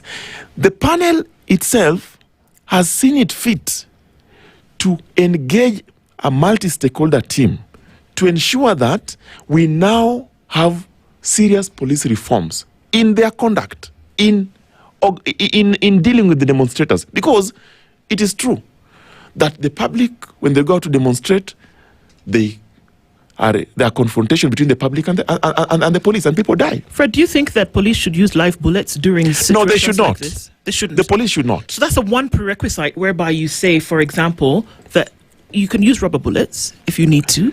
You can use your tear gas if that should be where it gets crazy. But the fact that is if you point a gun at somebody with a bullet in it, that there is a likelihood that you will kill this person if you shoot and if you fire. No. Right? So first of all, perhaps that's one thing, because the question always was, why it happened 36 years ago. It happens maybe every year after that when Saba Saba was being celebrated. So it sounds to me that you remove that element and ensure that you enforce. But it seems that it is impossible to enforce something over the police. I think we must admit that there are instances where there are rogue police officers. And we have seen that. Because that's why we have the internal affairs to deal with those issues. We also have IPOA to investigate. And we have seen there are cases in court today. There's an inquest ongoing about all these issues. So I believe there are authorities that are keenly dealing with that. But there's something you have said, that you can even use the rubber bullets. No. Rubber bullets, when they hit you proper, are very painful. They are very painful, and they can also even kill you. So I strongly believe that not even rubber bullets are supposed to be used in a protest. Fred, the OCS that you talk about, the Officer Commanding Station. Correct. They also bear responsibility in terms of the armory. Where you get the weapons, they also are the command center for who will go in a particular place on a particular day. Nobody just says, oh, I am in Langata today. How about I leave the station and go? No. There's command order. Why are they given the I'm asking a question based on this. There's command order in terms of there's a chain of command. Exactly. The police. Yes. Who will go where and where they will get their weapons from. Correct. So why is it difficult for you to say that from the armory, for the purpose of this keeping the peace on demonstration day, we will not be issuing ammunition? Like for example, Ama? Yeah. Good idea on paper. But let me tell you, how will the police deal with the situation that has escalated to full riot, and you cannot leave Standard Media Group today to go back home after work because there are gangs who have infiltrated and they are killing everyone, mugging everyone? How do you expect the police? How many times have those gangs been how do you apprehended? expect the police to protect you? How many? No, but you see, this is the thing. The people who were shot and killed, identified by the panel whom you today are compensating, right? Have they been identified as goons or gangs that infiltrated? These are people who were in the protest, who their fellow protesters could say, this is our comrade, this is our friend. So if your argument would lay claim, then we should be able to say, you expect the police to come and protect you from these gangs that infiltrate, right? Why then can the police not identify who these gang people are and then have them arrested? Have we heard to date that gangs have been arrested? I think the reason why it has been difficult for the police to identify them is this. There's been very little cooperation between the organizers of protest or demos and the police. Because so that's why they can't arrest goons? I am gangs? telling you, in my view, the reason why it has been difficult is because the organizers and the planners and even the funders, it has been difficult for them to cooperate closely with the security officers so that they can identify any infiltration. Because if you're organizing a demonstration, you know your people. We should have protest marshals. We say, in this team that is leading Arambe Avenue, we are 100. And These are our contact details. At the end of the protest, we'll check if all of us are there. If we see anyone joining that is not part of us and behaving in a manner that we not agree, then that person should be pulled away because he is not part of us. Allow me to ask a question in this way, please, Proceed. so that I can understand. In a neighborhood where a police post is there and a police officer or 3 are on the beat keeping the peace, do they ask people in the neighborhood, please identify your houses from 60 to 100 so that we can know you people are the ones who live here? Or are there ways in which they're able to identify individuals who are untoward? Every police officer is trained to deal with situations that are escalating. We have got security officers, we have got DCI, we've got intelligence officers that know everything. They know even where you live. Are they and trained to identify people who would not be like your peaceful protesters, for example, who are wielding crude weapons? Would they police be able to officers identify? are trained to identify criminals. Okay. They are trained to deal with criminals. They are trained to apprehend criminals. But they have That is the not. training. It is a professional training. But they have not. And I'm going to insist that the goons and the gangs that we talk about, tell me one goon that has been arrested from the ACK issue since. Tell me the goons that we saw on TV who are walking alongside police officers who have been apprehended to date. They were seen with police. Tell me one that has been apprehended. Well, Tell me the ones in Kisii over the weekend who've been apprehended to date. Tell me the ones, for example, who attacked Osotsi months ago that have been apprehended, Nduh. who we were told. I'm asking a question and you know where And I'm going to answer you. You know where I'm going with this, okay? I know. Because I'm asking very clearly, if they have been trained, as you say, if they have been trained to deal within escalating situations, why is it so difficult for them to apprehend the bad elements in a protest which would otherwise be commemorative and then people go home? So, I started by saying the cooperation between the protesters or the organizers and the police. And you have asked a good question. Are there any goons who have been apprehended in Kisii, in Ososi's case, in the streets? You work for a media house. And I'm sure you have reported this. You have seen people arrested after these instances have happened. And you have seen people being presented in court. Who are those people? In the issue of Ososi, there are people who are arrested. In the issue, they told us they left the country. No. I don't know who told you, but the CS listen. said it on TV. He came here and told you? He said it and he was in He said it public. to He who? was captured. The country. Oh, yes. I didn't know about that. Yeah. But listen, the Keumbu, the recently incidents that happened in Keumbu, I saw people arrested. I saw them. I listened to this police spokesperson last evening, Nyaga. He was categorical. And he said that any act of criminality in any manner will be dealt with in accordance with the law. And I've seen after every instance where the criminal gangs taking advantage, I've seen people being arrested.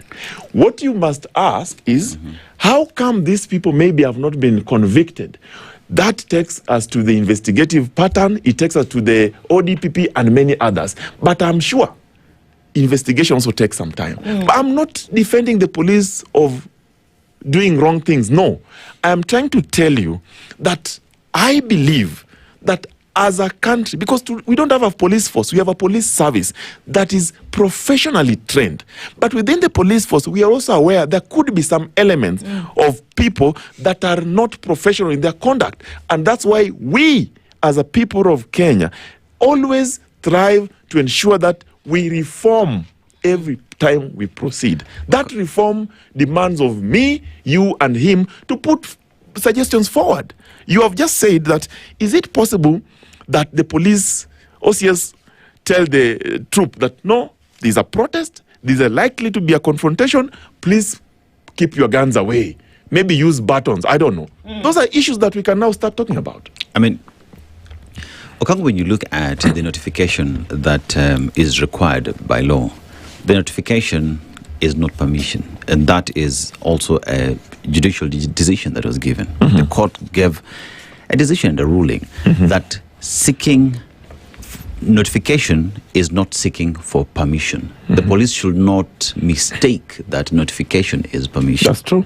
Right? And one asks the question then, with a police officer in police service in this country that has a well-trained DCI, a well-trained NIS, how come is it that it is easy to foil one of the most difficult situations in the country? Say there is a terrorist attack somewhere. The DCI, the NIS will always give that intelligence and ensure that doesn't happen. But here we're talking about demos that are happening. Notification has been given. We are coming out to demonstrate on such and such a day. And this is what we're going to do. Case in point, we will be coming to Parliament to commemorate an anniversary for Kenyans who were killed outside Parliament. We will be coming there with our flags, we'll be coming there with our water and flowers. But what do we wake up early in the morning to? Roads have been blocked. That right there is abrogation of Article 37 of the Constitution, which guarantees Kenyans the right to demonstrate. So from the word go, the people that you are saying should work together with the protesters are the ones who are making it very difficult to work with the protesters in the first instance. So we're here looking at abrogation of the law and why the police service seems as if it's out there to curtail each and every single law there is. One asks the question, when will we ever have a police service that reads the law and implements the law for what it is, not an order that seemingly has come from an office that shouldn't even be ordering the police? So, I like your analysis. Let's start from blockage, that you say blocking the road. I don't think the police are blocking. You know, what the police officers have told us, and the security officers, that they do screening. So they stop, they put a barrier, and when they put it, they don't block you from passing. They just check to ensure that people moving to that direction are not criminals that would otherwise cause havoc the other side. And in doing so, just listen, in doing so, there's likely to be some traffic congestion because it takes a bit of time. When I was coming here, I was stopped along the road and they checked and they gave me a go ahead, please proceed. I identify myself, I say I'm going to SpiceFM, okay, proceed. And they allowed many others. That is what happens. Number two, you say in doing so, they are abrogating the right to protest. Even to movement. To movement. The right to movement can only be abrogated if you are stopped from proceeding. You are told you are supposed to go to Mombasa Road, you are not going. Go back. I'm going to give that you, is not what is happening. I'm going to give you a personal example. Okay, before you give me that, let me just I'm finish. going to give you a personal example. That's okay. It's a personal example because on June 25th, correct, I was coming here. I was using Mombasa Road, right? I was using Langata Road. And police officers told me, this road has been blocked. You cannot proceed beyond this point. Go back to where it is you have come from. That is blockage. That is abrogation of my right to movement. So you see, so at that point, me as a Kenyan, my right has been abrogated by the police officers who are supposed to uphold the law. On that day, we covered the entire country, and many Kenyans were stopped from proceeding, going to their places of work. So we will not say that police have not blocked people when we aired that, when the country experienced that. Now, Fred, I want to do something. Yeah, you just allow me. Sure. Let's take a break. That's okay. Hold that thought. Okay. And then we'll come back and we'll continue with this. It's 21 minutes to 8 o'clock. Fred Okang is here this morning, and we're talking about, some of the things that, move you to the place whereby freedoms and rights can actually be established. Saba Day is what is being commemorated today. We'll be back after this. This is the Situation Room, the only way to start your day. Traffic. All right, let's take a look at what's happening on the street this morning. Thika Superhighway, absolutely clear. We're not seeing anything here after that little bit of traffic that was right around the Pangani underpass. That has seemed to clear up right about now. And North Airport Road is very busy. Inbound towards Cabanas, and then outbound as well, going towards Embakasi. That's also going to have a bit of a hold up. Mombasa Road is also looking pretty busy inbound, and Outer Ring is not too bad from what we see here and there. Wakulima then coming in from Landis Road has a little bit of busyness. Southern Bypass looks good, as does Ngong Road. Langata Road is also free, clear all the way in and out of the city this morning. Doesn't look like we're going to have too much of an issue with traffic today, but we're going to keep eyes up and see what's happening there. Let's talk SpiceFM. KE on X hashtag The Situation Room.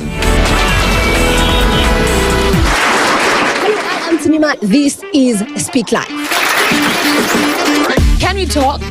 She gets everyone talking. Health, relationships. I prefer white boys. I've only dated white men. Telling somebody I love you is different from telling somebody I trust you. Mimi nimejijenga, nataka mwanaume amejijenga. I've had to cut off broke girls, especially dating them. Money. Less than 30% of young Africans are financially literate. The most important asset is you. Family. They didn't care what I did. So in a way, I just cut them off. It will take me some time because I find myself even right now as a grown-up, distancing myself from my mother. She made me go through trauma. There's a time I told my mother I'm not your husband. And how did that go down with your mother? I didn't care. Identity. Purpose. Because one honest conversation can change everything. Real people, real life stories, real solutions. Speak Life with Tamiba, where culture, conversation, wellness and transformation meet. Tune in to the conversation everyone is talking about every Wednesday at 7:30 p.m. only on KTN. Forward here. Titles are on the line. Rivalries are at their peak. This is the final stretch, where legends rise and champions are made. From the Saudi League to the Bundesliga and La Liga. Recharge your monthly subscription today to feel the pressure, feel the passion, feel the game. Every pass, every goal, every moment matters. Don't miss a moment. Renew your subscription and stay in the game. To renew your subscription, dial *858# for self-service or get in touch with our call center on 0719 077 for customer care. Buy a StarTimes decoder at any of our dealer shops countrywide. Download the StarTimes On app to enjoy all your favorite shows and stream live channels on the move. StarTimes. Enjoy digital life. Sebastian Allaire. Mature, intelligent talk every morning. Spice up yourself. Mornings done right. 94.4 Spice FM, Nairobi. Our conversations continue with Fred Okango this morning, commemorating Saba Saba and looking into this thing because it seems as though there's a long way to go. There'll always be differing sides, and there should. I know you had a point, coming into that, but there should. I'm conflicted because should there be differing sides over something that's very clear in your country's law? Why should you take a side over something that has been made very clear that you should be here, unless we're saying that it's not clear how these things should be dealt with? You shouldn't. And to answer that, let me just finish with what I was saying. In your instance, when you say that you were told to go back, and a police officer told you, you cannot proceed, we have blocked this road, did they give you the reason? Now, that is a right. I understand. In fact, right of movement, you are supposed to move freely in any part of the country. But these rights, they have got a limitation in Article 24. Any right can be limited to the extent that is reasonable and justifiable in law. That's what Article 24 says. If the police or security officers assess the situation and realize that in exercising that right, then your life can be in danger or other lives can be in danger, then the law allows them to limit to the extent that is reasonable and justifiable. I don't know what you experienced, but it's unfortunate if that was not the reason. And Nduh said, something that is very clear. Why are we debating what is very clear? Why don't we just allow people to go, demonstrate, then go back home? It is clear. And the condition is, those demos must be peaceable and unarmed. But you realize that in the demos, you see people carrying rungus. Where are they from? You see people removing stones from the pocket. Where are they from? You see people carrying tear gas canisters that are meant to be for the police. Where are they from? Those protests are no longer peaceful. They're no longer, they are now armed. They're no longer unarmed. And that is why the police now take action. But I also concede that we have seen peaceful protest. Let me give an example. Lawyers, LSK, they have done demos in this country. No one has ever died in their demo. No one has ever been injured in their demo. Teachers, no one has ever died. The university dons, no one has ever been injured. The doctors, no one. Can you ask yourself why? Those union demos are organized. They know each other. They cooperate with the security agencies. They follow a certain route that they are demarcated, that this is the route we are going to follow. That is how demos are supposed to be done. Is it possible that these demos that you speak of, which often are ridden by violence, have something that are tinged politically and essentially challenge the status quo of an administration in place? And I'm not talking just about this. Look at Saba 36 years ago, the institution that you quoted. Interestingly enough, you were a long-time KANU member, and then I was. Yes. At the time, the challenge of the status quo, it does a big thing politically. You know what optics look like. So if you allow people into cities, essentially, to challenge a political, fundamentally governed place that you have set up, it does something for the optics, doesn't it? And for you to allow such a thing to happen then points to a certain kind of political weakness that you might have. Because otherwise, why would it, understanding protests for lawyers, doctors, teachers, people living with disabilities, women, understanding the need to protest in those areas, but not understanding the need to protest around issues of governance, leadership, the rule of law. That is the only place where there is an issue. Explain that to me, please. There's no issue. But in fact, there is. When lawyers remember protest, that I'm not talking about June 2024 only. I'm not talking about this year. All of them. 36 years ago. All of them as we come. Yeah. That's true. But let me give you an example. In fact, all protests, all demos, there are issues of governance. When lawyers go out to protest, remember there's a time when they went out because one of them was kidnapped and killed, allegedly. They were protesting on issues of governance, bad governance, how their people are mistreated. When doctors go out to protest, they are protesting issue of CBA, collective bargaining agreement, the issues of governance. When teachers go out there protesting, there are issues of governance. All these issues are politically related. Fred, one thing you must not do is be disingenuous, because you know exactly what I'm saying. No. If there is an issue, if there is an issue that confronts the executive, if there is an issue that confronts constitutionalism right at the center, there seems to be an issue. Let's talk on that place where we're elevating the authenticity of this conversation. I don't think that's not a very good way to look at it. No. Every protest. That's not a good way to look at it. No. Well, it may not be a good way, but it's a true way. So let's look at it like that.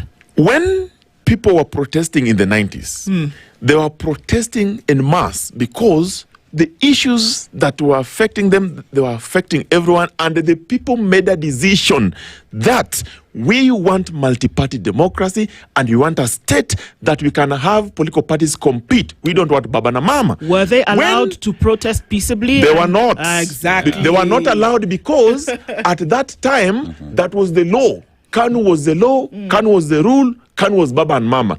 We overcame. Then came 2010. Boom. The Constitution of Kenya 2010, we are a multi-party democratic state. We have Bill of Rights, freedom of speech, freedom to protest and assemble, all those things. When they arrived, then those provisions were guarded. They are now protected. You are free to protest. You are free to assemble. You are free to picket. But you must do it within a certain manner. That manner is what is lacking. I can guarantee you today that for as long as we don't have enabling legislation to guide Article 37, how we exercise it responsibly, then we will still see this confrontation. Now, I consider also that there are instances where the public are annoyed with the regime of the day. For whatever reason, they're unhappy. They feel that, we are being mistreated. There are a lot of theft going on. There are a lot of misgovernance, and so on and so forth. And that is an issue that points to the executive. Is it also possible that they have got avenues of channeling that? Is it possible? Yes, it is. Is it? It is. Yeah. It is possible. We have members of parliament that represent us. What are they doing? If a member of parliament is supposed to legislate, oversight, and represent, who is he representing? You, me, and them. I am able to present that petition to parliament and they pursue it. But the challenge... How has that worked out historically? You're going to ask me. How has that worked out historically? How am I presenting it to parliament? I have to go to parliament, present a physical petition. Right. Or I can send an email to the clerk. Or I can use my member of parliament to do a private motion. Right? That has been seen. How I am trying to be innovative and creative. But how I present it is at my discretion. Yes. I might choose to present it physically. I might choose to present it email. alone. I might choose to present it Member as parliament? A group of people. Exactly. Right? You are free. But then, Okango, as...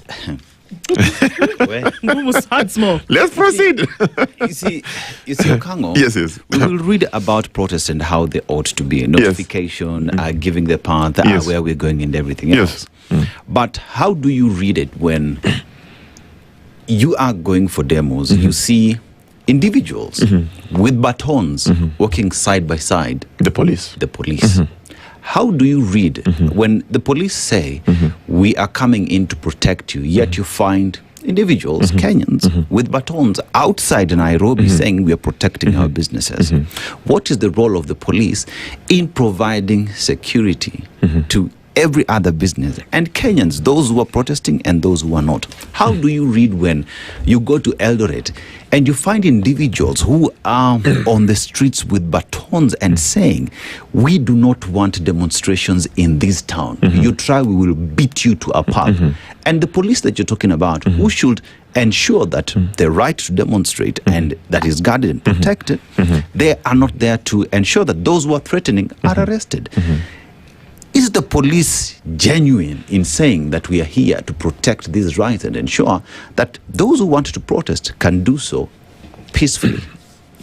I understand, because we have seen those images where the police officers, together with some people who are perceived to be goons, carrying batons and they are allegedly protecting business premises. That is unfortunate, because they must be identified. And if the identification reveals that they are not police officers, because they are not, then action must be taken against them. They are interfering with the peace. That must happen. I agree. Number two, we have also seen instances where unidentified men pose as police officers and do very bad things in masks and so many other things. We have seen that. That must happen. I listened to Nyaga yesterday, the police spokesperson, and he said, those are not their people. Those are not their people. Those who are carrying batons, beating others, their people are police officers, professionally trained and identifiable, and have been sent to deal with those issues as such. So if there are instances where they are goons, those goons must be dealt with. Unfortunately, because they are a threat to security. Unfortunately, Okango, I think, even as we listen to Mr. Nyaga speak, I think there is a lot of dishonesty in that statement. Why? Because during the demos, we have seen plainclothes individuals with the masks on their faces against the court order, picking up protesters and throwing them in a police vehicle. You said plainclothes individuals? Individuals. So they are not police officers? Tell me, because you're saying they are identifiable. How are they identifiable when they are in civilian clothes? Can a civilian put somebody in the police vehicle? When they are masked, how do I identify them? No. When they arrest you, they do not identify themselves. They do not give you a service number. They do not even tell you your offense. All they do is pick you and put you in a police vehicle. At that point, tell me how this person who is not identifiable is working together with police officers in uniforms, putting you in a police vehicle. Talk to me about how that makes sense together with the statement given by Mr. Nyaga. When I listened to Nyaga last evening, and I've listened to him before also, and I've also listened to other senior police officers. We have got the DCI that are not in uniform, but also you have got regular police that, because of the nature of operations they do, they're in civilian clothing because they gather intelligence in the interest of protecting the public. They do that.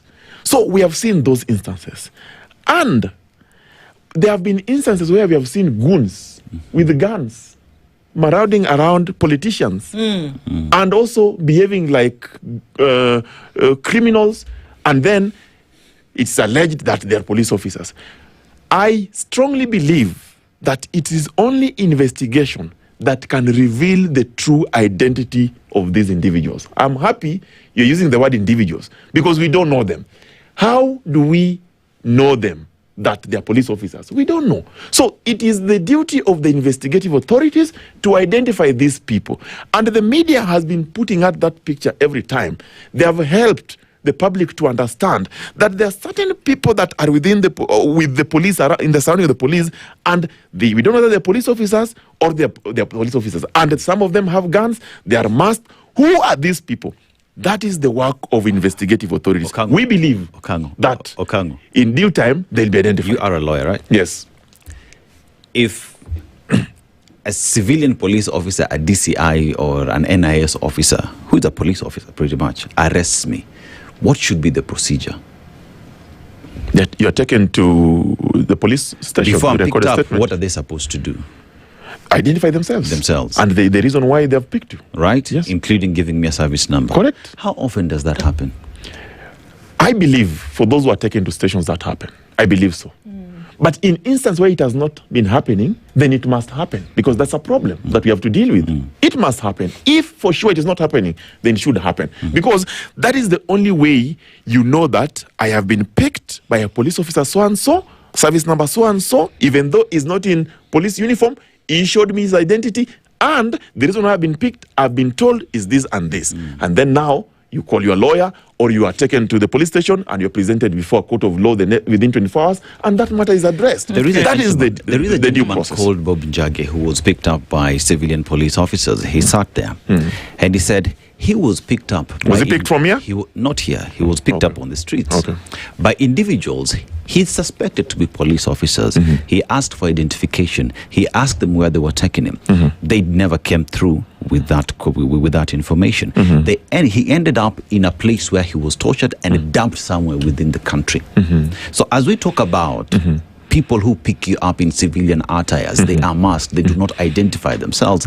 It is a reality in this country.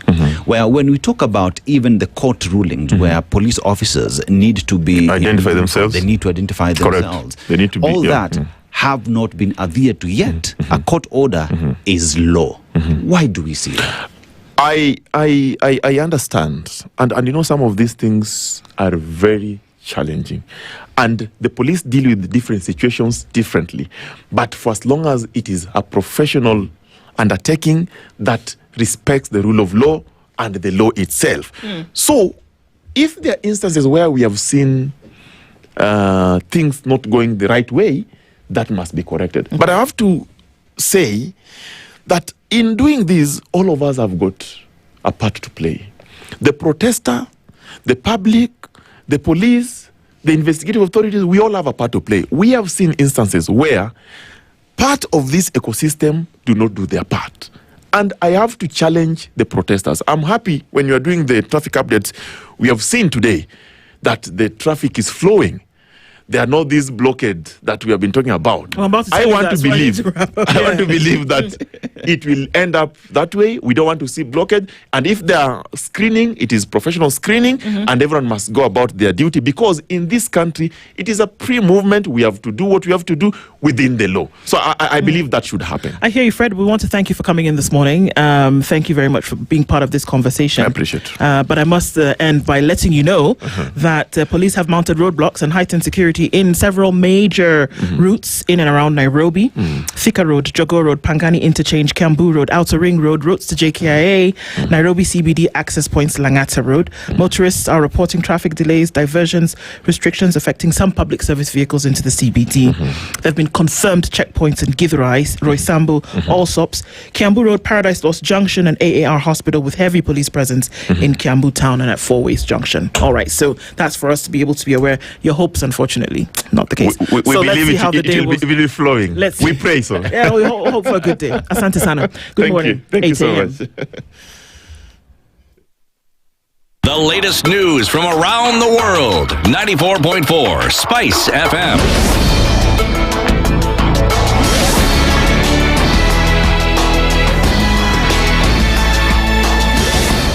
Good morning. This is the news. I'm Sheila Tembor.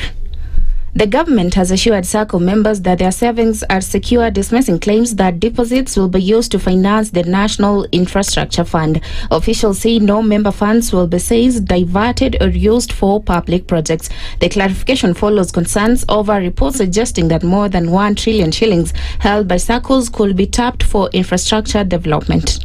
SACCO funds remain the property of the respective SACCOs and are managed exclusively by the elected officials. The government of Kenya has no access to, neither does it intend to utilize these funds, member deposits held in SACCOs. Since cooperatives are autonomous, they are member-owned institutions and their funds are strictly used to provide affordable credit and other financial services to their members. At no point did the Deputy President of the government propose using SACCO funds for this purpose.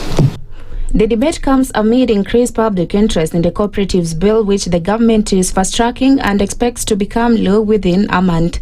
Announced during the 104th Ushirika Day celebration, the bill seeks to modernize the cooperative and SACCO sectors, strengthen regulation and protect more than 1 trillion shillings in member deposits. One of the 6 KWS officers charged over the alleged abduction of missing Nakuru fisherman Brian Odhiambo has denied arresting him. Testifying before the Nakuru Law Courts, Evans Kimayo said the man arrested at Lake Nakuru National Park on 18th January 2025 was not Odhiambo. However, he admitted the suspect matched the description letter provided by the fisherman's family. Kimayo also denied claims the suspect was assaulted during the arrest, but was unable to explain how officers subdued a fleeing suspect without using force. He further told the court the suspect's identity was never established. Wanasiasa alisema msionekane huko kwa sababu ya security purposes. Alikuwa anakimbia akitoka kwa siwe ndio aingie mtaro ndio atoke ingie sasa kwa back yenyewe kielekea. So zijibe ni alikuwa anataka hiyo direction. The case will be mentioned on 20th July for further hearing. Kimayo is among 6 KWS officers facing charges over the alleged abduction and unlawful confinement of Brian Odhiambo. The others are Francis Washira, Alexander Lorogoi, Isaac Ocheng, Michael Wabukala, and Abdulrahman Ali Asudi. And Islamic religious leaders in Kilifi County have criticized the 3-day Summertides festival held at Lost Beach in Malindi, saying some activities went against the values and traditions of the local community. Speaking in Malindi, Kilifi County Madrasa Teachers Association Secretary General Athman Ali said some events witnessed during the festival were disrespectful and inconsistent with the community's values. Tumesikitika sana kama viongozi wa kidini na tamasha lililojulikana kama Summertide. Sisi tulijua ya kwamba ni tamasha kama matamasha mengine, lakini maajabu ni kwamba tumekuja tukaona uchafu na tunakemea swala hili kabisa. Hatutaki kuliona tena. Wale waandalizi wa masuala haya tunawaomba next time watafute mahali pengine wapeleke, kwa sababu sisi watu wa Malindi ni watu tuna mila, tuna desturi na tuna dini zetu. Hatuwezi kukubali kuona watoto wadogo wakitembea uchi mabarabarani. Hii ni tabia mbaya, tunakuja kuletea uchafu, kutembea uchi, kufanya ngono hadhara. Hatutaki tena swala kama hili. County Muslim leader Sheila Rama called on event organizers to consider local customs and traditions when planning entertainment activities.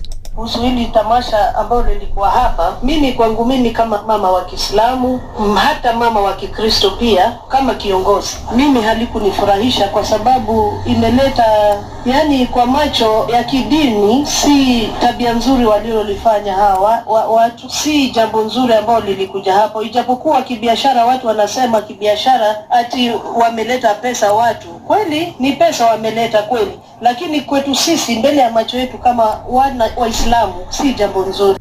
And that's the news. I'm Sheila Timbor.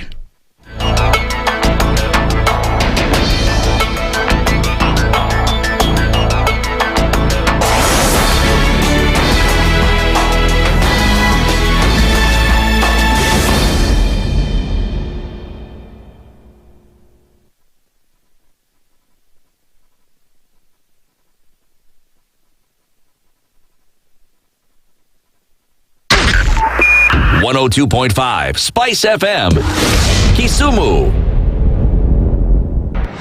The following takes place from 6 a.m. to 10 a.m. every weekday on Spice FM. You have land, Dennis. Okay, your own land. You use your own money to build it, and then you sell it to yourself. But we don't want foreign troops on Kenyan soil. But surely it goes a little bit deeper. If you find the tree is withering, then you call the person who is managing that tree. Come around. Why? Tell me what is first of all, what's the problem? Yes, what is the problem there? How do we expect ourselves to move forward as a country? The Situation Room, Kenya's biggest conversation. The following takes place from 6 a.m. to 10 a.m. every weekday on Spice FM. Residency is fairly interesting in the sense that it will actually take us to a new consciousness. Swali zile watu waulizi na swali muuliza na shangala ni aje, kwani huku kunaendaje? 30 billion shillings annually on travel alone in public service. A Kenyan can even demonstrate every single day of his life that Ruto must go. That is the only message of his demonstration. That is his right. That bribe blinds the eyes of the wise and subverts the cause of those who are in the right.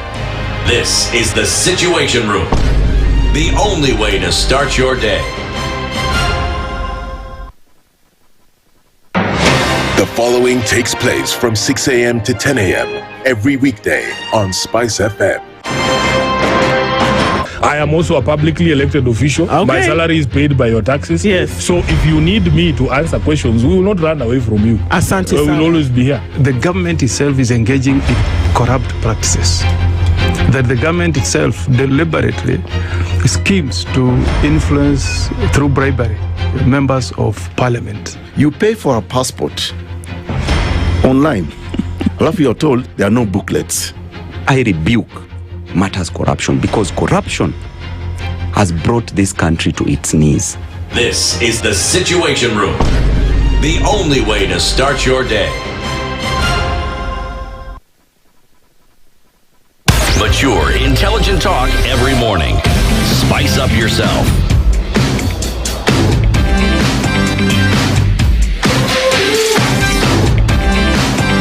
Mornings done right.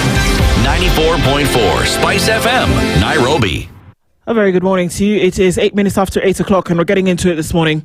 It's a commemoration of Saba Day. 36 years ago, folks said, you know what? We need to get to a point whereby the people can actually rule and get away from this totalitarian way of doing things and allow more people in the decision-making pockets of societies. And that day was birthed into a yearly or an annual commemoration of that fact. Do you think that the very first Saba worked? If you today have multipartism, did it work, that first one?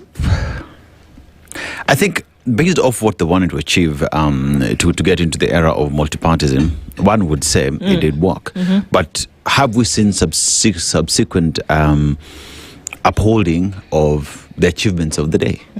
You know, because remember, Saba has continued to metamorphosize to become something different. So it has been associated with the push for change and good governance over the years. So with that in mind, then, from Saba we now have multi-party democracy. But are we seeing the fruits of this multi-party democracy in the era where we are in today? these are the big questions, I think. Of course, these are the questions, and they form the basis of the conversation that we'll be having this morning, because we're actually looking at the state of democracy, and we're not just going to do that in Kenya, but we're going to cross the border and do that also what happens in Tanzania. Because today, also in Tanzania, Saba Saba is being marked as a day when folks were fighting for more or less the same thing, the spread of democracy. So we're looking at the state of democracy today, marking Saba Saba Day in Kenya and Tanzania. Njeri Gavangu, who is the former Runyenjes Member of Parliament and a second liberation veteran, will join us at some point. But also here with us this morning, we're delighted to have Dr. Nicodemus Minde, who's a researcher and foreign policy expert, already with us in the studio. Good morning, Dr. Very well, thank you. How are you doing? I'm fine, thank you. It's good to see you again. Good to see you too.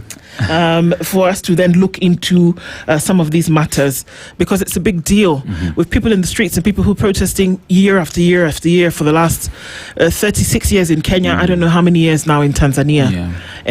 But to then understand that there's something that people are fighting for. And so that's why we're going to deepen this conversation a little bit and see how far we've come. Before we get into it, Dennis is going to share today's proverb. We'd love to get your interpretation of it. Sure. Today we are in the first republic in the continent, Liberia, 1847. You know, a country of firsts. You know, so it is also the very first country to elect the first female president in the continent, Ellen Sirleaf Johnson. You know, it is rich in iron ore, rubber, diamond, and timber. The proverb that you get from this country is interesting. Now, when spider webs unite, they can tie up a lion. When spider webs unite, they can tie up a lion. How would you interpret it?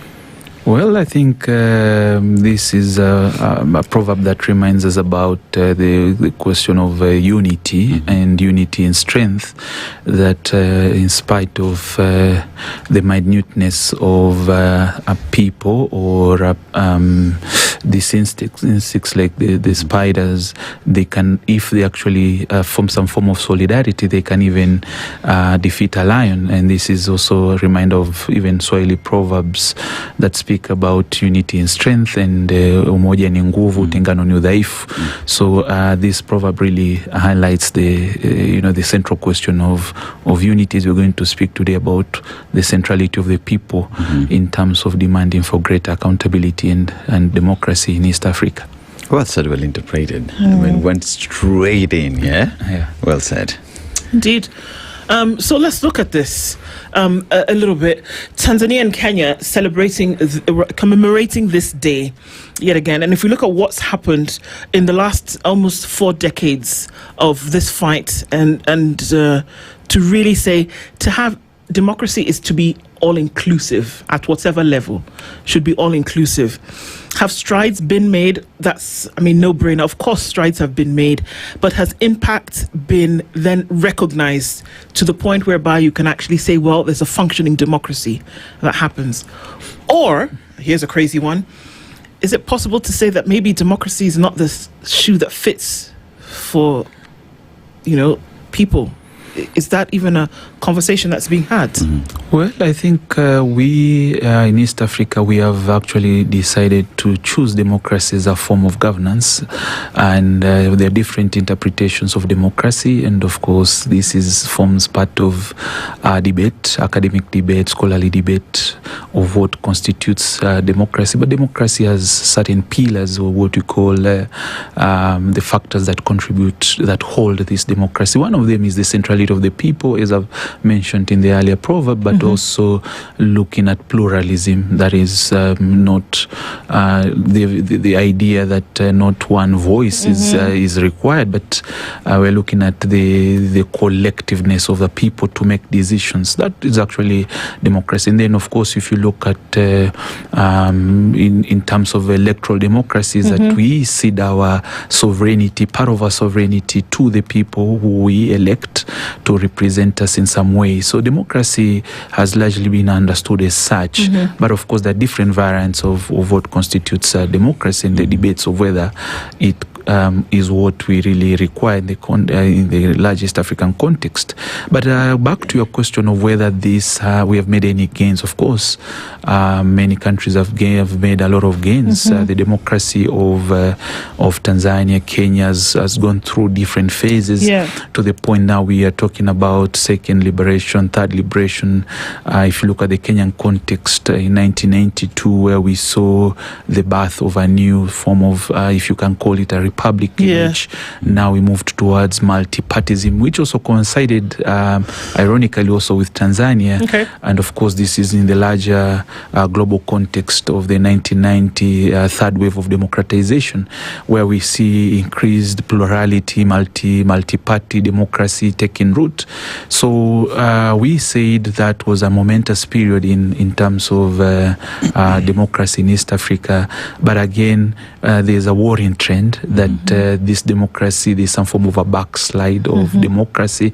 And whereas we looked at in 1990 the drive towards democratization, in fact, we scholars now look at it what we call the slide towards autocratization. So increased authoritarianism in the region, and it is taking shape in many contexts in the region. And one particular one, if we are to look at the three East African countries, that is Kenya, Uganda and Tanzania, it is quite a worrying trend in terms of what we are really seeing in terms of reduced civic space, constrained human rights that are, people are really being contrived from their rights to participate, to agitate, to aggregate their issues, increased police brutality and the rights. So we can say we are in a very difficult period in terms of East African democracy. When we talk about multipartyism and the push towards that, it was not an easy struggle. It is a struggle that unfortunately lives were lost. People were injured and maimed. And finally it got here and we said, hey, voila, finally we are here, we are able to choose whoever it is we want to choose. We are able to fight for other rights that are enshrined in the Constitution case of Kenya through the Constitution 2010. But as time have continued to pass, the more we've continued to slide back. And one asks the question, the idea of democracy as wananchi or the citizens are pushing doesn't seem to be the same idea of democracy that would be political class identify with. Why is there seemingly a difference or a misunderstanding between these two groups? Well, I think this misunderstanding has been brought about by the leaders themselves.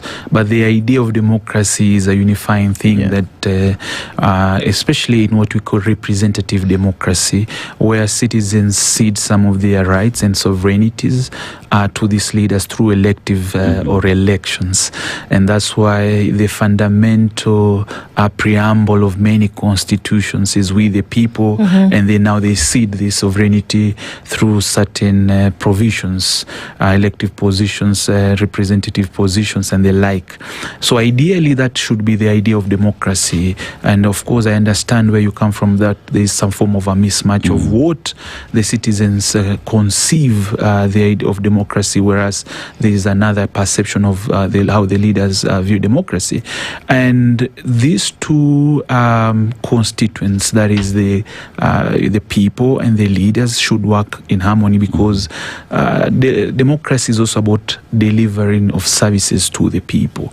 And one of the drawbacks of recent in terms of why democracy is failing, and if you look at different surveys and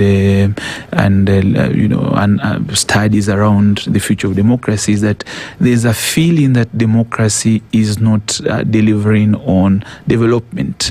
And that is why you find there are those case studies where people say, look, there are countries that are autocratic or authoritarian that are actually doing very well in terms of development. And they cite the example of China, they cite the example of, for example, Russia and other autocratic leaderships or countries.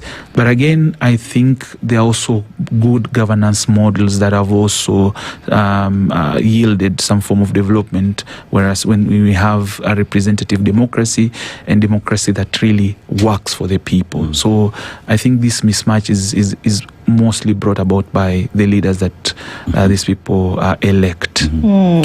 when one would say that democracy gives me the power to cede my power to you, some sort of power, but the very same democracy gives me the power to take that power back and transfer it to and cede it to someone else who's able to deliver based off our agreement, based off the promises you gave, based off the Constitution. But it's seemingly that what we see today is, once you cede your power, I will use that power to whichever way I see it fit. It's the reason why you'd see the examples you've given that we will see China are doing their thing, they're doing it well. Perhaps that's the direction we should go. But is there an understanding from, say, the political class that the power they hold does not belong to them? It is from the people, and that donated responsibility, as it were, demands that you deliver. If you do not, then you have no business being there. Yes, I think that is why constitutions are designed the way they are, and you have rightly put it in terms of the functions of the president or these elected representatives, and what are their duties and functions of a member of parliament and other forms of representation, and that is why we in ideal democracies we have what we call term limits, which is very critical in terms of accountability purposes, and the best practice is terms, 2 terms of 5 years or 4 years, and it is from this that citizens can be able to judge whether or not their leaders have been able to deliver. And for me, I call that a civic duty of accountability, and accountability done through elections. But again, we see that of late, elections have not been able to really be a mirror through which we can say deliver credible leaders. Elections are becoming increasingly very the elections are not, they're terrible in terms of how the processes are not credible. They are frauded with a lot of mystery and all that. So you find that this electoral process that is enshrined in the Constitution also becomes part of the problem. So as much as citizens want to go to the polls to elect their leaders, it is this very poll that also brings about terrible leaders, of course. And of course, it has also in many occurrences, we see that elections are also a time when there's a lot of tension in the country, and people even sometimes wish that we don't even have elections because of the anxiety that it brings, and it becomes a big problem. So again, I think I should urge that elections should be part of people's life cycles, where we put our leaders into account. If not, then it becomes a terrible process in the end.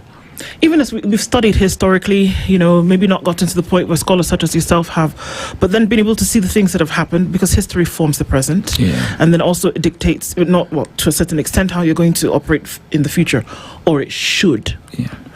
Unfortunately, that we've seen that we've left this behind. And maybe I'm a bit of an impatient Democrat when I say that.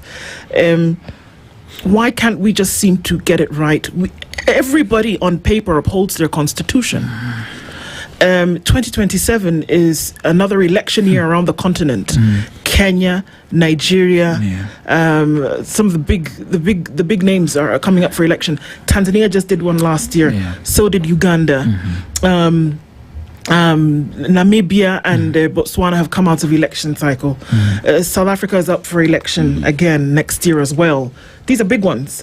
And everybody's upholding democracy, and constitutionalism. But in each and every one of these countries, just taking Saba now here as an example, there is an issue that clearly points towards unconstitutionality in every one of them. And I'm just reading a comment that somebody has said that deeply ironic on Saba Day that Kenya is again choking in dissent Civil society notified for peaceful marches against killings and bad governance, yet faces police lockdowns, checkpoints, and unlawful assembly threats, violating Article 37. Doc, why can't we just, if we say we have it, we have constitutions. You brought up China as an example. Well, China has the Democratic People's Republic of, I beg your pardon, the People's Democracy, the Constitution of the People's Republic of China. Yeah. It is clear what their constitution says, Yeah. and they follow it. They have taught this. It's not just laced; it's heavily drenched in totalitarianism and authoritarianism. They know what they're in for. But the problem is what we're saying here. You talk one thing in your constitution, you say it because it sounds sexy on the global scene, but what you practice is something totally different. Why is it so difficult for us to just cross that threshold and say, if it is not the democracy that we practice, then let us know what it is? Why is it so hard? It's so hard because one of the things that constitutional law experts say is what we call constitutionalism, which is the culture of constitution. A while ago, I think you hosted Pielo Lumumba in this show, and he spoke about Okoh, his constitutional lawyer, lecturer, professor, who says that what we're experiencing in the moment is that a country of constitutions without constitutionalism, cultures of constitutionalism. So we find that democracy is also about values, certain values that countries choose to uphold. And some of these things are, they go beyond what is just written in the constitution. For instance, the value of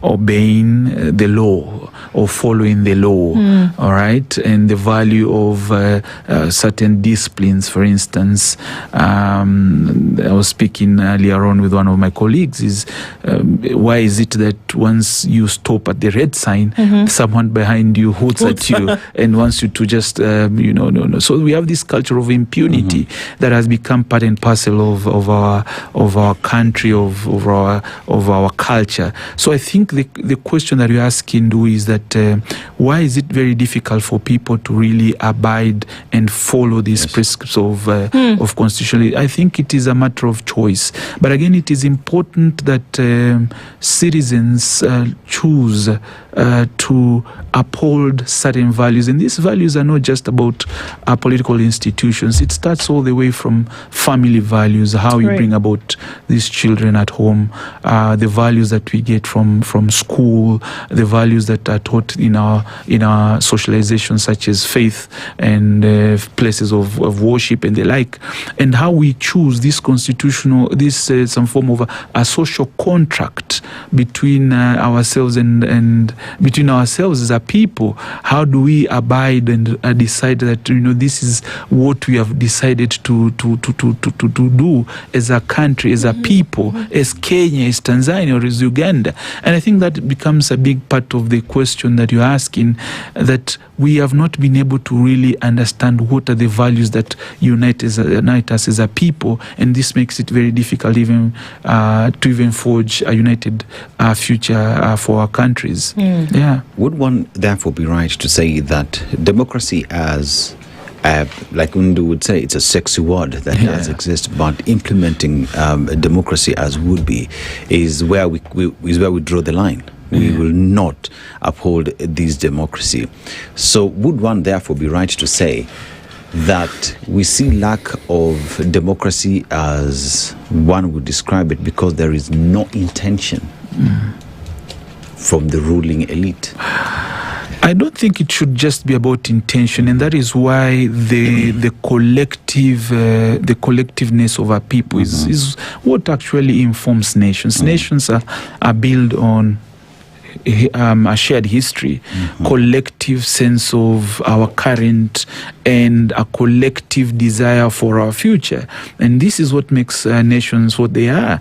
And nations that are if you drawing from history, nations that have chosen that this should be our path towards making our nations great, or this is what we aspire as a people. This is what drives us is both the combination of people and the citizens, and that is why we have constitutions where we spell out our values, we spell out what we really think should be our aspirations for our country, and if not, therefore we just become countries that without any foundation whatsoever, and makes it very difficult even to forge a united future. And for if you look at the current situation as it is at the moment, it's quite depressing, and one will ask what really is the future of Kenya, of Tanzania and Uganda amidst all this deteriorating democracy, rise of authoritarianism, personalized leadership, repression by the state, abuse of human rights, reduced civic liberties, and so on and so forth. It becomes very, very difficult even to imagine a future for ourselves and even our children. Yeah. And even as we do come back and look at the conversation whereby the people who have the positions to vanguard over this democracy that we speak about, what have they done with it over the last, few years? And what can we look forward to? We're talking this morning with Dr. Nicodemus Minde, and we're having a conversation around Saba Saba Day in Kenya and East Africa. What does it mean exactly? The struggle from years ago, what has it reaped today? We'll be back. It's 8:30. Good morning.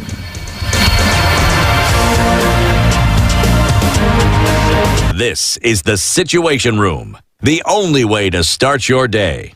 Traffic.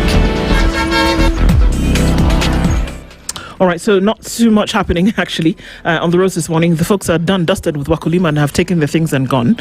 So it's empty streets. Whatever was happening on Landis Road earlier, that has cleared up. And we're not seeing any traffic on the Thika Superhighway whatsoever. Kangunda Road, clear. And that issue that was kind of clogging up around North Airport Road has dissipated completely. And you're fine on Mombasa Road all the way into the city.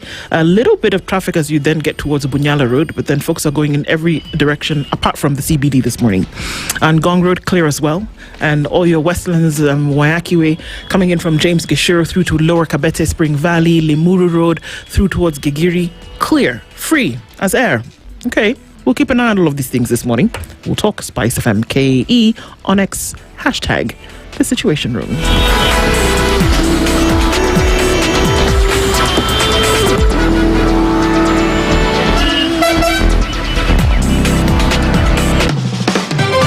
The heat with endless entertainment on Star Times. Feel every moment of the action as the biggest leagues reach their thrilling finales. Recharge your monthly subscription to unlock a world of endless drama to enjoy Novella E, now available on your Nyota bouquet. Dive into blockbuster movies with the launch of TNT, your new home of big screen hits. And for the little ones, a world of non-stop fun on Cartoon Network, now on Star Times. News, sports, drama, movies, kids, and reality all in one place. All for you. To renew your subscription, dial *858# for self-service or get in touch with our call center on 0719-077-077 for customer care. Buy a Star Times decoder at any of our dealer shops countrywide. Star Times. Enjoy digital life.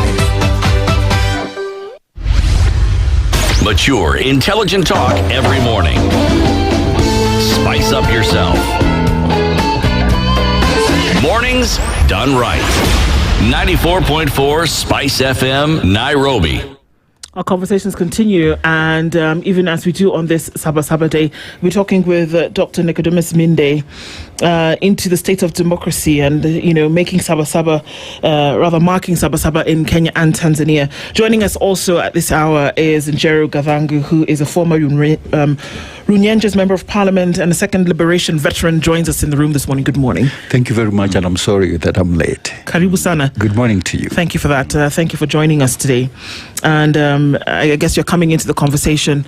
Dr. Minde was going to tell us as we get into this and we continue this, is that the folks who should should be the vanguards of this constitutionalism and democracy as we see, the people who have the responsibility. That's why they hold up the constitution when they are sworn in at whatever level. How have we seen that their impact has been felt over years to ensure that the people are actually protected by the constitution that they voted for?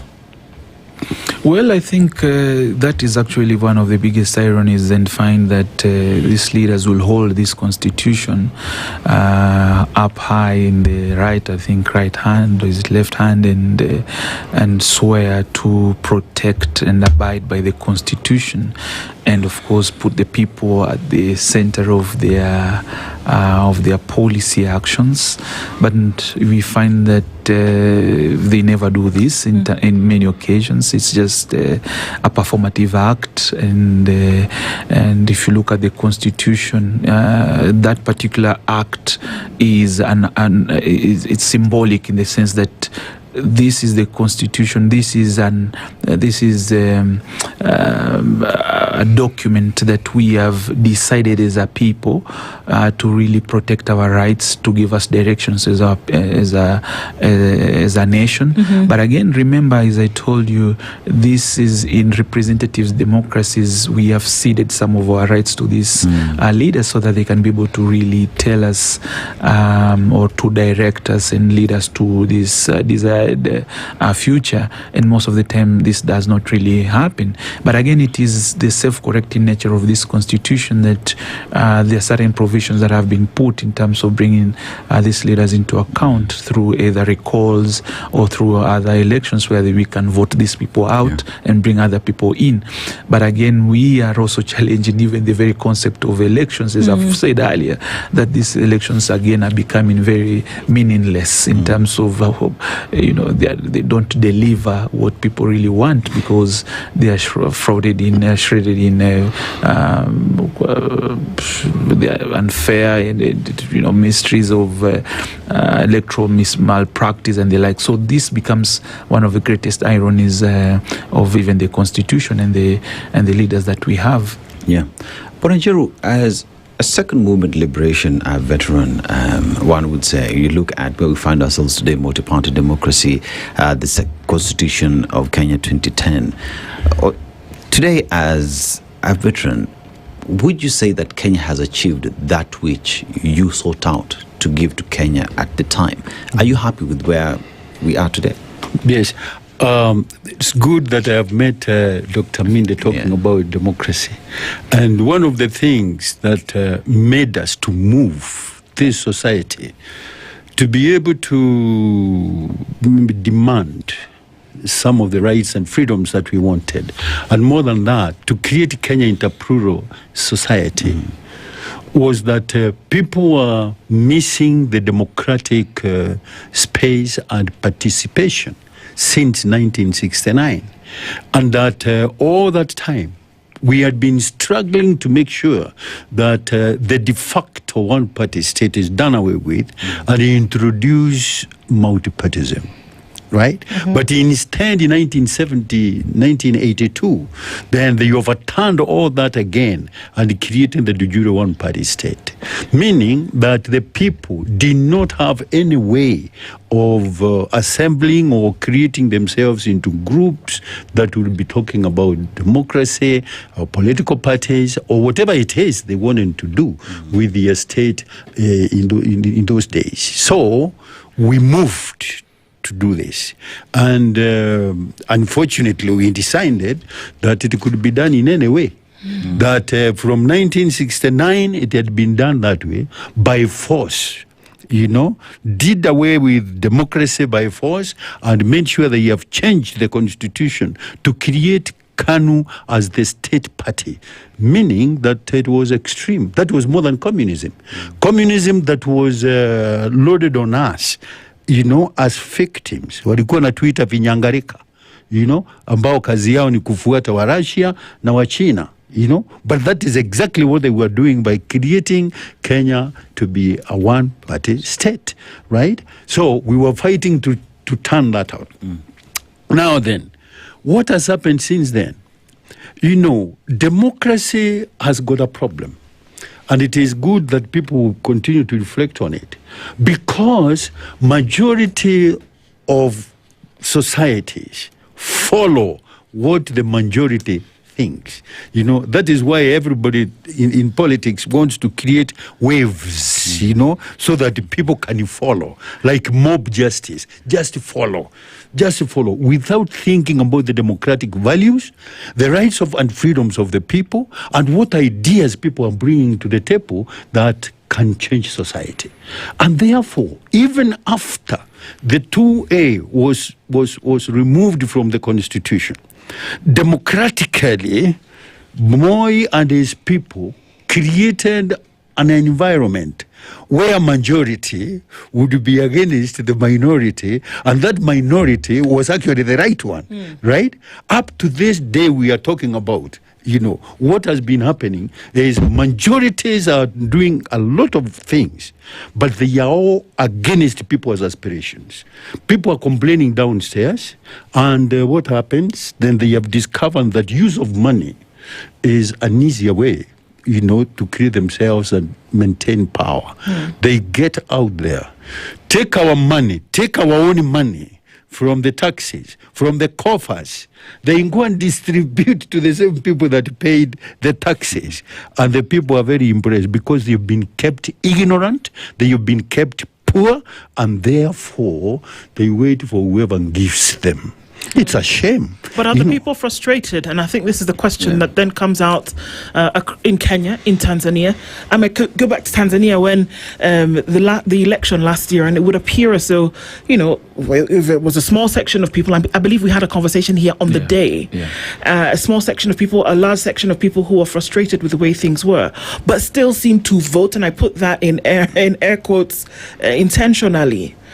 You talk about a time when the second liberation was coming through, but to date, those things seem to happen. In some cases, have been exacerbated by a constant greed. And I go back to the question, are people frustrated? Because if they were, then we would see the decision that would lead to a change in leadership be taken, but that has not happened. We have to think about what emotions and the psychology that is employed, because in the last elections, 2022, about 18 million people did not participate in voting. 9 million were registered but did not vote. 9 million were qualified to take ID cards, they did not, and therefore they were not qualified to vote. What that means is that people are frustrated. They don't see the need of elections, and the reason is this, that our intentions in the first Saba to create a democratic Kenya where everybody will be participating has been trodden on, meaning that people have started losing interest in elections. They don't see why, because after all, we are the majority. When we do it, we are ignored, we are suppressed, and therefore ignored completely. And so the best thing to do is keep home. And if I'm going to vote, then I'll wait until whoever comes to gives me that I can go to the debate. If nobody comes, I don't. Yeah. You see, Dr. frustrations that we continue to see even at the time when fight for more multi-party democracy. One of the things that was there is you picked up, you're detained without trial, and you look at in 2026, talk about Tanzania, talk about Kenya, talk about Uganda, the same is being applied. We've christened it nowadays is abduction, but it's just detention without trial, because individuals are picked, they are tortured and released after a few days. We still see the same being applied today. Frustration still does exist.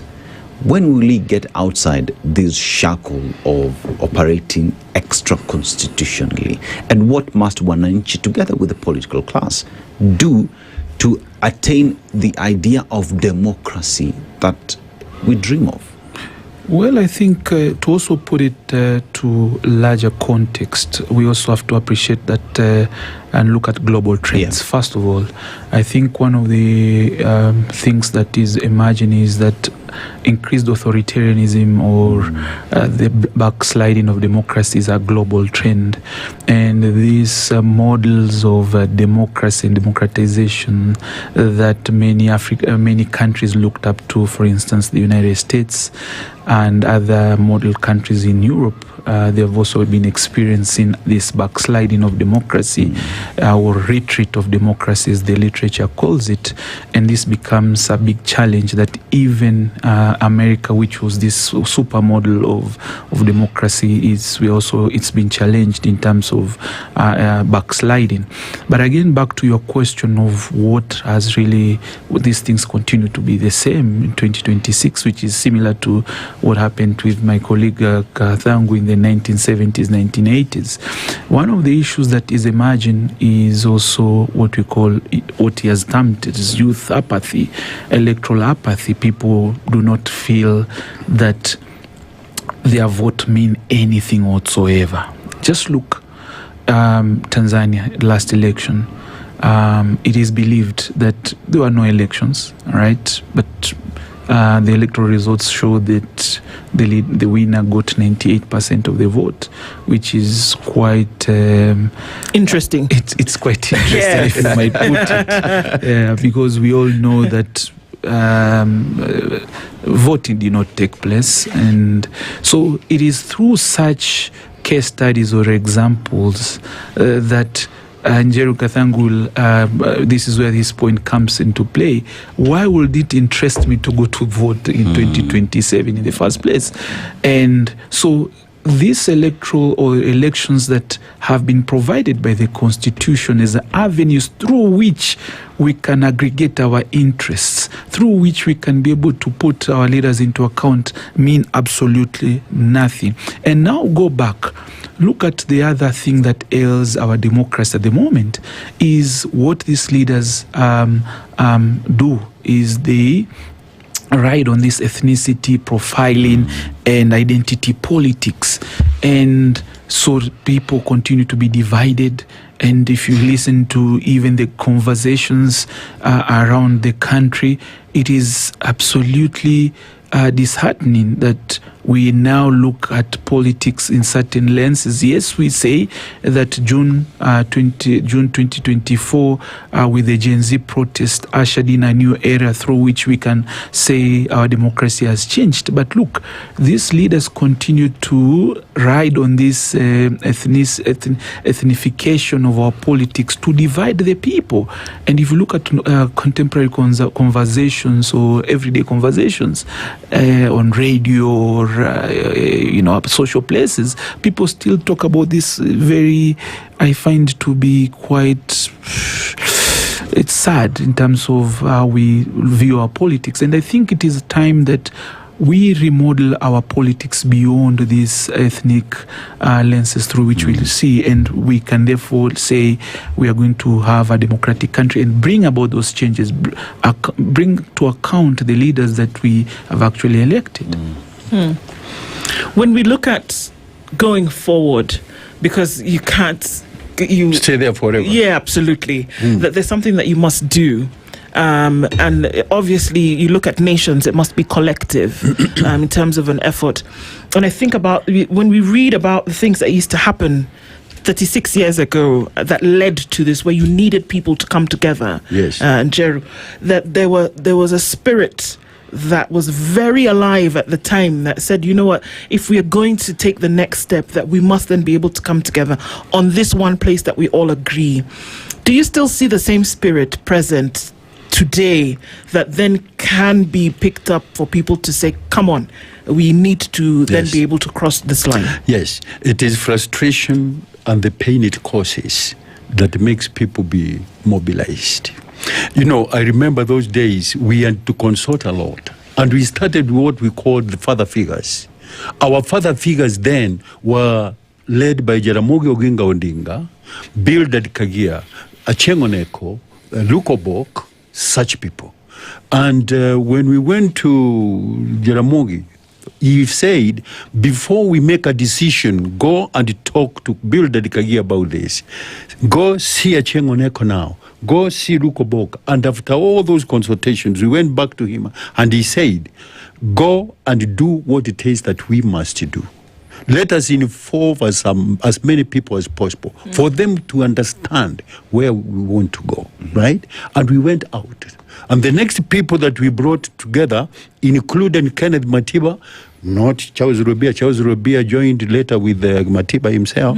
And then we talked to Simeon Nyachai, who had been frustrated and humiliated by the system then. They kicked him out of the chief secretary's office. Matiba had been humiliated in Muranga. So all those fellows and some grievance, we brought them together and we said, let us move. And everybody was so frustrated because of the Murorongo elections that people felt that they should do something.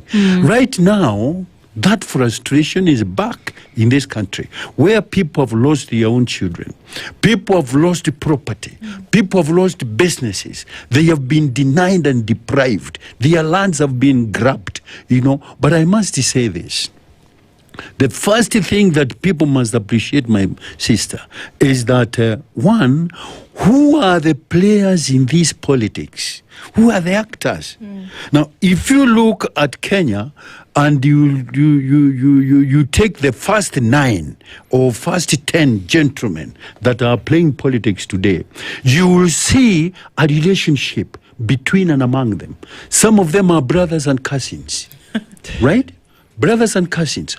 All of them. It's only about two or so who are special recruits of Moi and Kenyatta that are still around, right? People talk of family dynasties. This is not families dynasties, families. It is a Kenyatta dynasty, Jomo Kenyatta dynasty. What he created, it is what is playing, He left him behind with the British, patrons of Kenya, people who will be looking after the interests of the British, and they still continue here.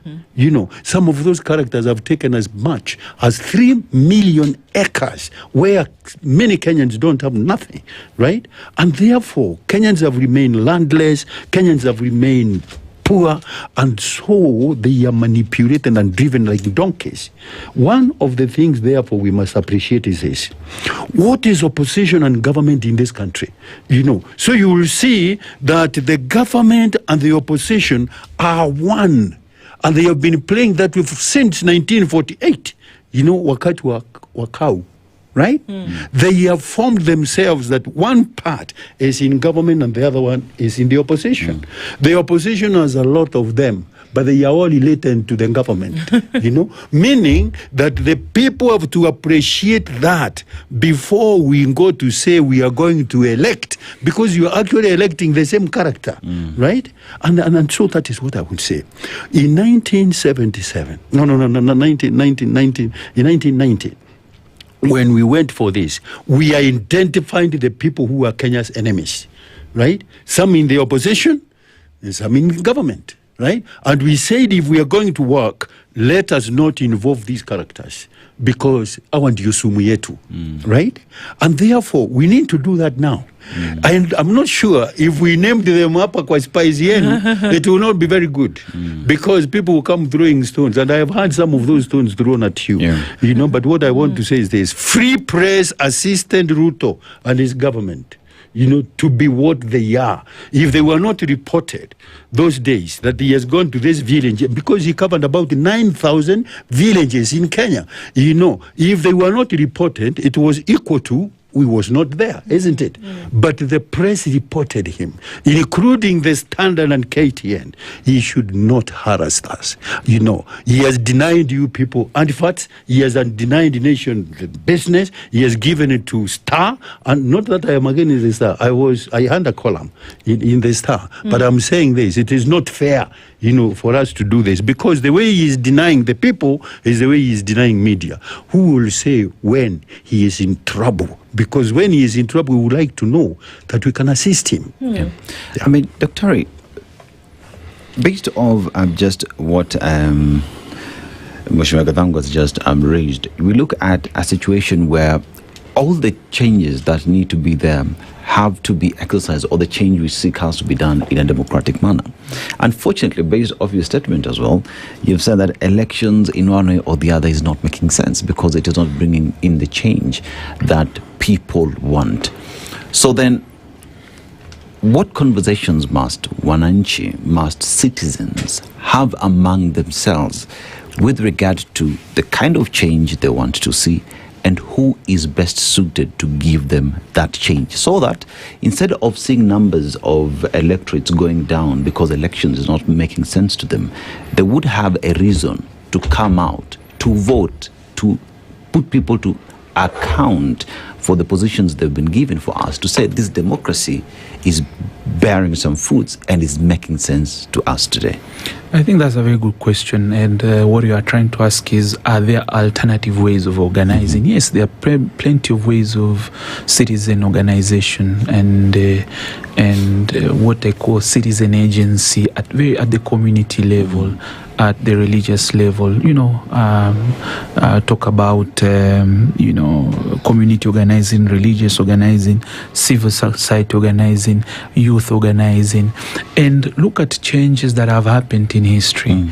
I'm a great student of history and read how societies transform, and it is through social movements that actually true change happens. Youth organizing themselves and agitating for greater changes. Look at the transformation that South Africa went through the apartheid. It was not just about the political leaders. Of course, there's the role played by Mandela and other ANC leaders and those who suffered and who died and who are not able to make it to post-liberated South Africa.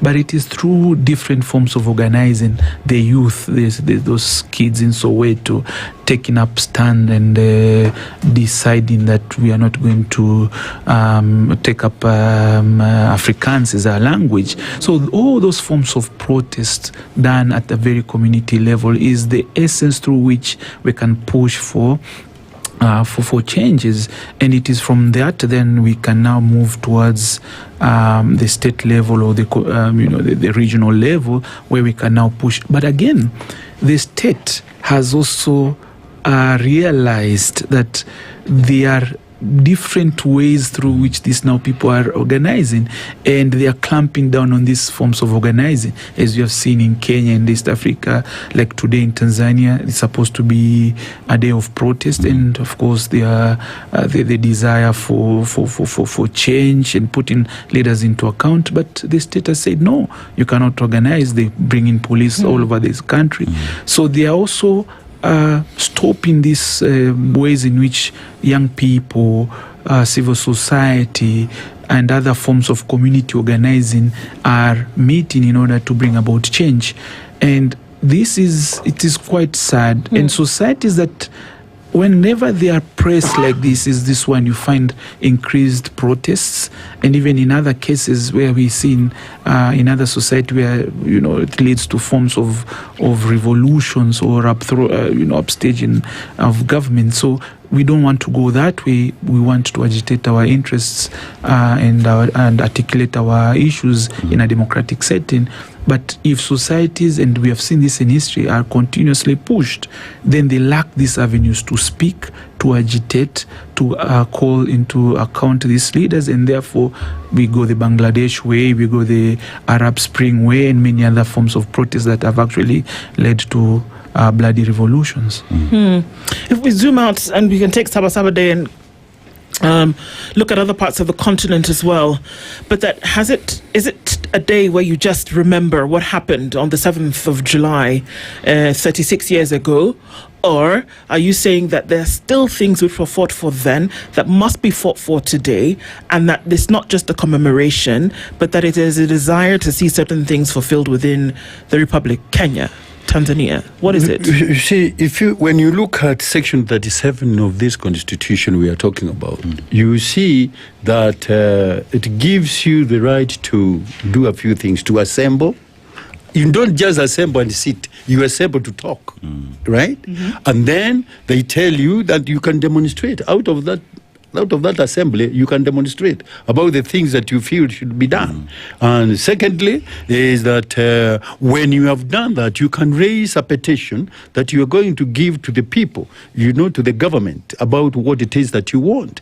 And then in the end, if there are people who you think, like if you are a trade union or you are a group of people pushing for something, and there are those people that are against it, you can picket them. You tell them, no, you cannot continue this way.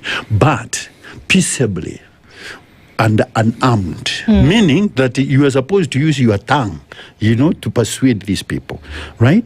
Now, so the first Saba was to push for those changes.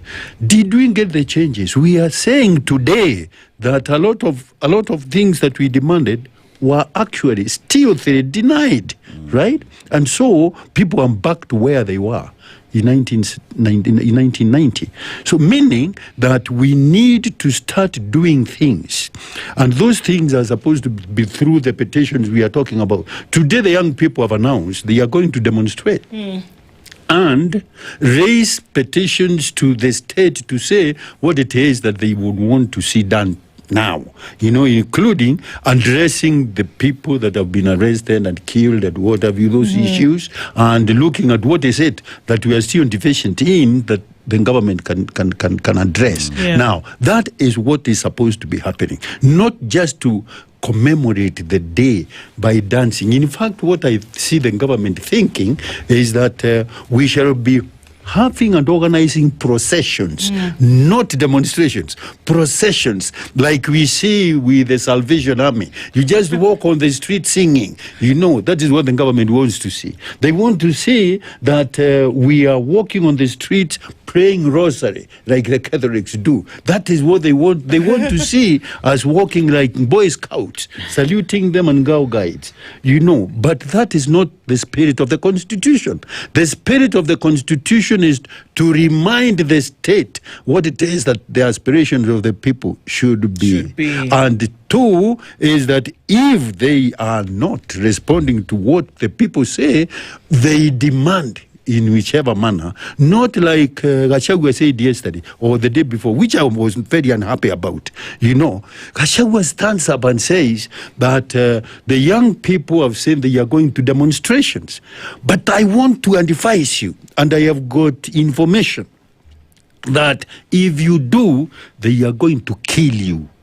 So keep in the house, Keketini, kaeni hapo kwa nyumba, so that you are safe. And what I was saying is this. Gachagua has told me many times through many statements, kwa television, kwa radio, that he is a son of Mau Mau. Mau Mau did not go to bed. They went out to work, to fight, right? Now, when he tells the people that he is mentoring to go to sleep, instead of demanding for what changes it is they want, according to me, was limiting the determination of the people and actually cowardly. Njeri Gathangu is a former Runyenjes Member of Parliament and the second Liberation veteran, you can tell by his words. Dr. Nicodemus Minde is a researcher, foreign policy expert. To have this conversation in your presence has been great. Thank you very much for joining us both this morning and able to look into what we can remember then going into the future. Asanteni sana. Thank you very much. We'll take a spot check around what's happening around the city in a bit when we come back. Good morning. The latest news from around the world. 94.4 Spice FM.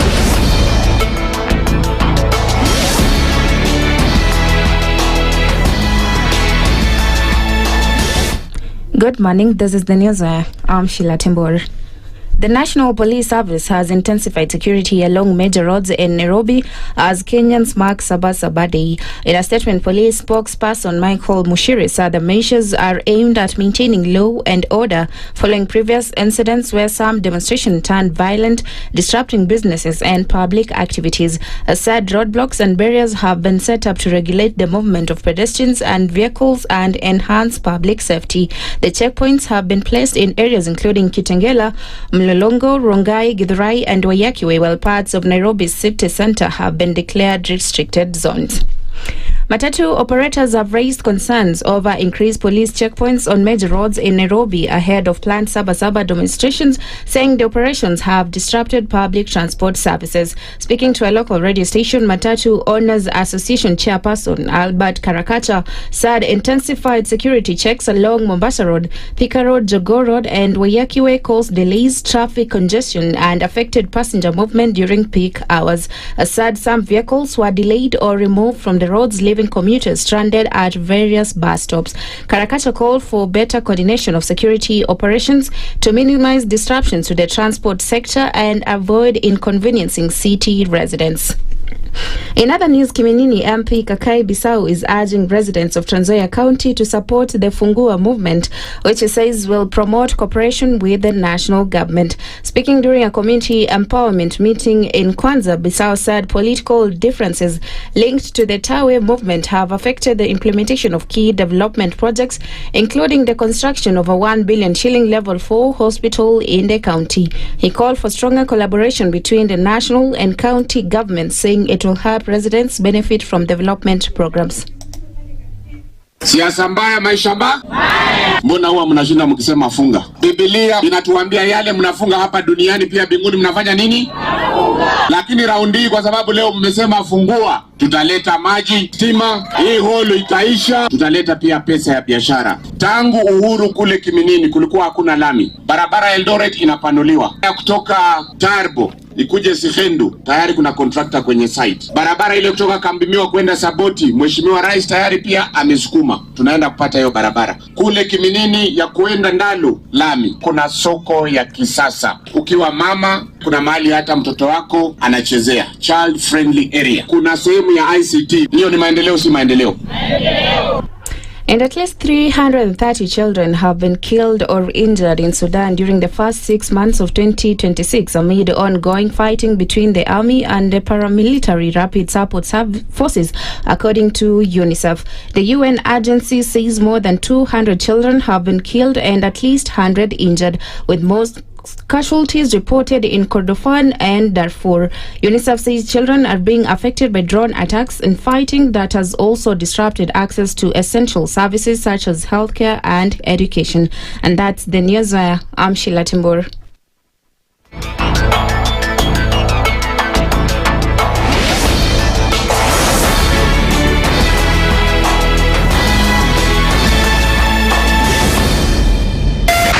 .4 Spice FM, Nairobi.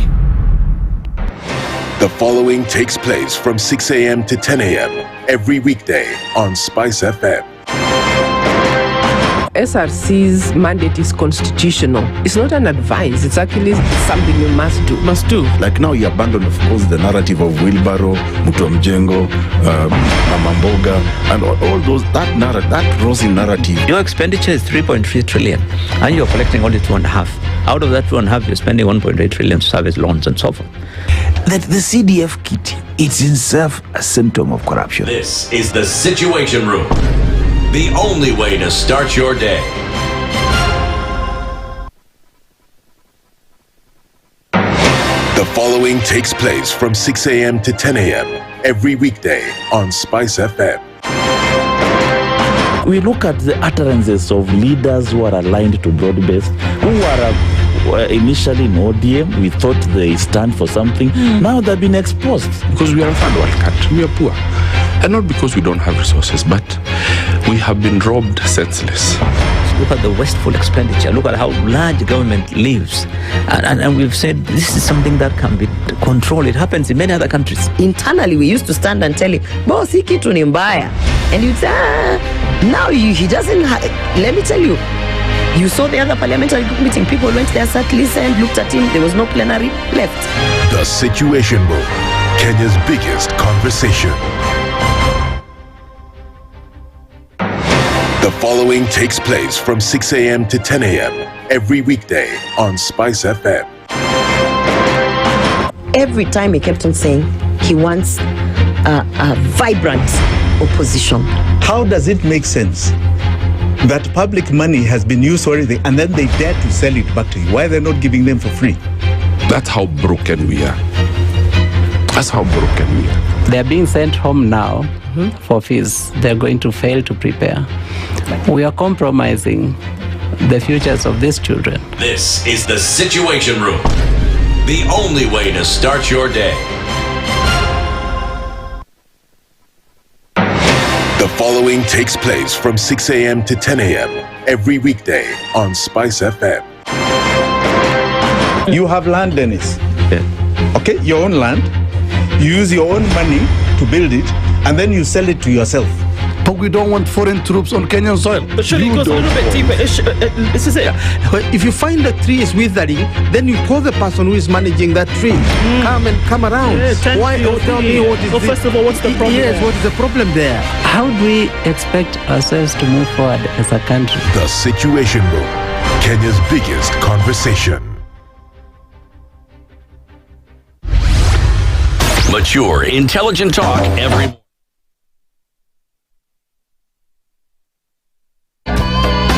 mornings done right. 94.4 Spice FM, Nairobi. The following takes place from 6 a.m. to 10 a.m. every weekday on Spice FM. He himself actually has admitted that he bribed members of parliament, so... he admitted that he bribed members of parliament? Well, when he said... The government. Yeah, when he said that he gave the 10 million was for what? We're always quick to point faults in somebody else before you look at your own faults as a person. If it was Kanu's day, hii amuka naye leo, ungekuwa umeenda bali sana hii. So we must celebrate you. There are 600 million people now globally estimated to be living with diabetes in the world. So it is a major health problem. It's the largest single disease rising pandemic that we're dealing with right now. The Situation Room, Kenya's biggest conversation. Mature, intelligent talk every morning. Spice up yourself.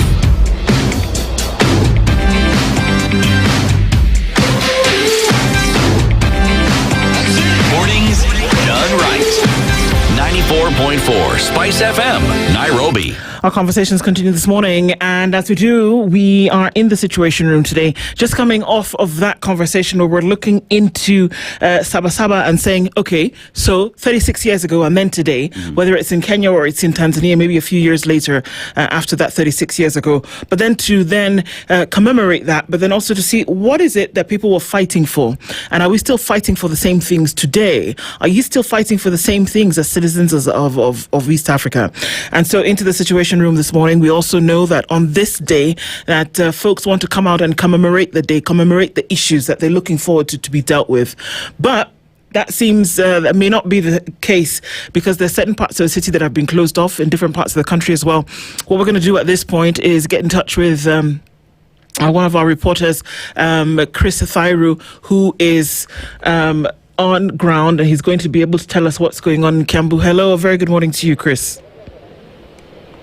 A very good morning to you, Nduh. And we are currently coming to you live from Nairobi West roundabout. And this being the 36th anniversary of the Saba commemoration when Kenyans went to the streets to seek for a multi-party democracy. And they've been commemorating that day since 1990. And Kenyans, or Nairobians to be precise, woke up to such scenes. Some of the roads had been blocked by the police. And we've tried to visit some of the areas around the CBD, although there is calm, but there is a little bit of tension. Nairobians don't know what will happen next. Remember, during the Gen Z anniversary, we saw the police also took this direction, blocking or barricading some of the main roads. And it's a Nairobi West roundabout, and this is the area direction leaving Langata and Ongata Rongai as you head towards the CBD. And this roadblock has been mounted here since around 5 a.m. And initially, they weren't allowing vehicles to pass, but now it seems they have tried to ease a little bit, because if you have an issue, if you have a good reason why you are accessing the CBD, then you are allowed. But if at all they see any suspicious movements or any border riders in a group, then that's where the police are taking that initiative just to stop you and redirect you back to where you are. We were also in Nairobi, like for instance, there's that border guy, and you see he's been turned back to where he was coming from, but you can see there's some vehicles which are allowed to proceed into the CBD. And this has been replicated in most of the roads in Nairobi.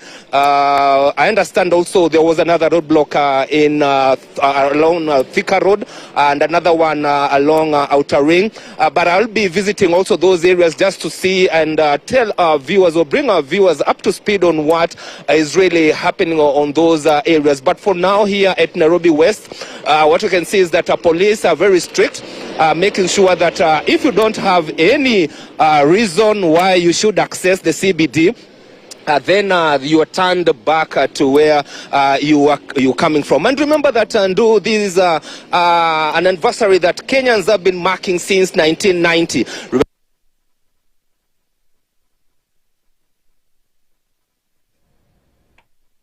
Okay, I think we might have a little bit of an issue getting in touch with, or rather keeping in touch with Chris. And I don't know if you can still hear me, but of course I wanted to come back and just make sure that folks, if they needed to get back in, if they needed to get in the city for work or things like that, business, school, that they are being allowed through. We're going to actually try and see if we can get back in touch with Chris. Chris Tyro is just in Nairobi West off Langata Road, of course being able to monitor what's going on into Mombasa Road. And we can see from those pictures the heavy police presence establishing why people are trying to get into the city, and if so, then they're allowed to go in.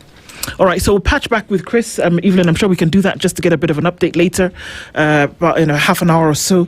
But even as we continue with our conversation this hour, David Njoroge is here as the CEO of the Road Safety Association and joins us in the hot seat of the Situation Room this morning. David, good morning. Morning. How are you doing? Very much fine. Karibu. Asante sana. Got here without too much of an issue, we hope. Yeah. Okay. Sure. Fantastic. Thank you. So there's certain things that have been happening, or certain things that have been said in terms of what NTSA is going to institute into the very near future. But we're all a little bit confused about what that all is. Sure. We tried to get the folks at NTSA to come and talk to us about that, but it seems that they're a bit busy. Yeah. And maybe we'll get them in the future, but we're going to have the conversation anyway because it affects people. Sure. Before we get into that, Dennis is going to share today's proverb. We'd love to get your interpretation of it. Sure. Today in Liberia, a country that is of many fasts, the very first republic in the continent, that is in 1847, the very first country as well in the continent to elect a female president, that would be Ellen Johnson Sirleaf. They are rich in iron ore, rubber, gold, diamond and timber, and it is a country that was formed by the released slaves from the Americas, so most of them African Americans came back and formed the country that is Liberia. The problem that we get this morning, when spider webs unite, they can tie up a lion. Yes. When spider webs unite, they can tie up a lion. How would you interpret it? Let me say, in short, strength. Strength is when you're united. You cannot be united when you're alone. But when united, when we work together, there's no challenge we cannot, which we cannot defeat. So very simple. Even as you talk of the country there, when you talk about it, if people are united, yes, she's a lady president, the first. But if it's properly united with her people, they can succeed by making country better. Thank you. Unity is power. Yes. Indeed. It is. So, first, we just need to understand there have been several declarations about what NTSA is going to do into the near future. We're going to talk about it because it's necessary for us to understand what some of these are. There's vehicle inspection, which needs to take place. There's something about if your vehicle is just 4 years old, then, or rather, if it's more than 4 years old, then there's a particular penalty, fine that you then must pay. So we're starting to see this all over again. Explain to us, from what you understand so far, what is going on with NTSA? I think there was a time I was here, and I remember me saying that NTSA is properly captured by the government. Okay. What you call state capture, because the initiative are good. Vehicles should be inspected. Even if you go to the developed countries, vehicles 4 years old, they're inspected.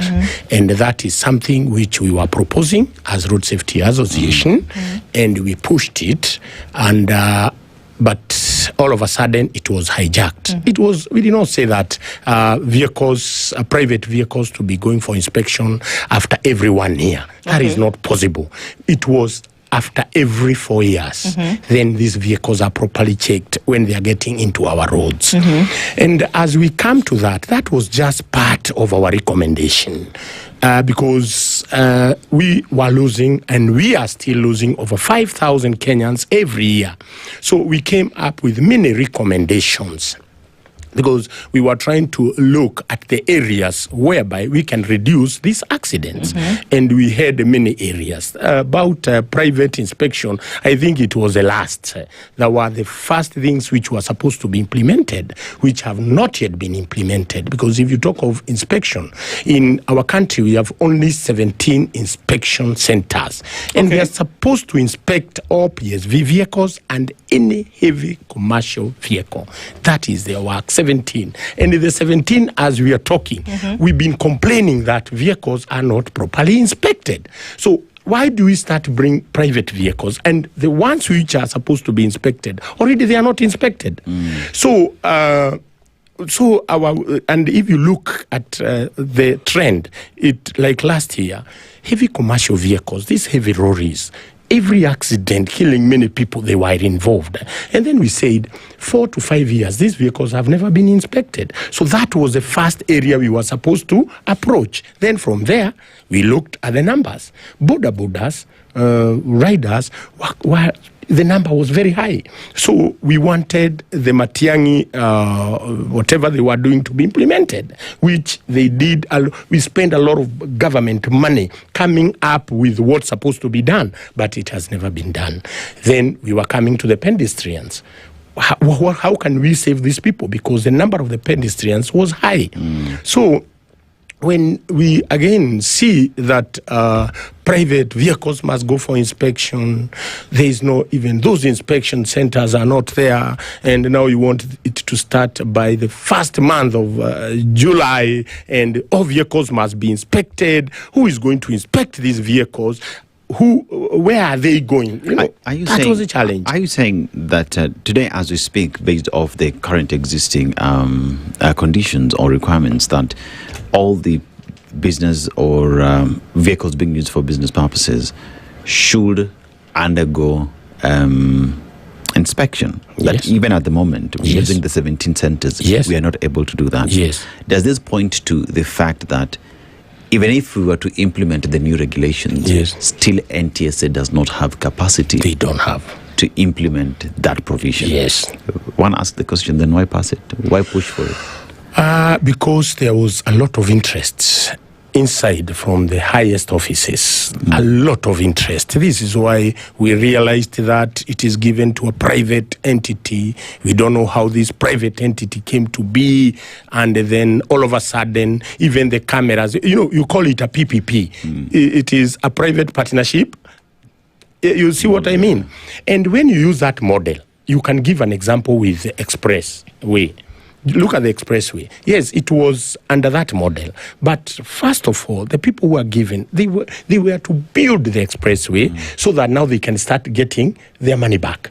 But this is completely different. They want to use the already cameras which are there, fixed by Kenha and Safaricom, and then they want to reap money there and start getting their money.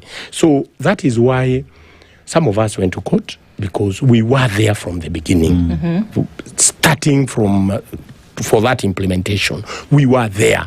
Then there was things which were supposed to be done before it is implemented. So many things were to be done. We needed to know, where are we going to get the equipment of inspecting these vehicles? Who will bring these equipment? Because they must be standard, the same thing, not different things.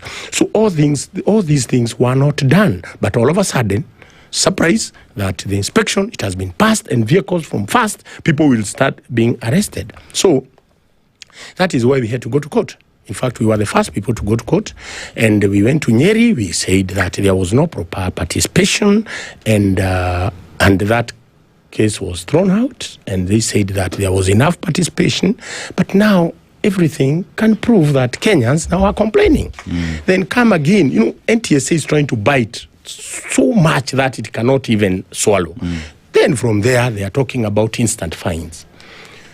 Here comes a company called Pesaprint. It is involved. Pesaprint, we've been complaining about it because it was awarded 2 billion contract to make sure that every Kenyan have a digital driving license. Today, how many Kenyans have those digital driving license? They don't have. And all of a sudden, we see again, it is now awarded another 4 billion to do the same thing which they were supposed to do. Are you saying that a company that had been given work to do before, say, the issuance of digital licenses and failed to do that, is the same company that has been given more roles, yet based off existing evidence, it failed?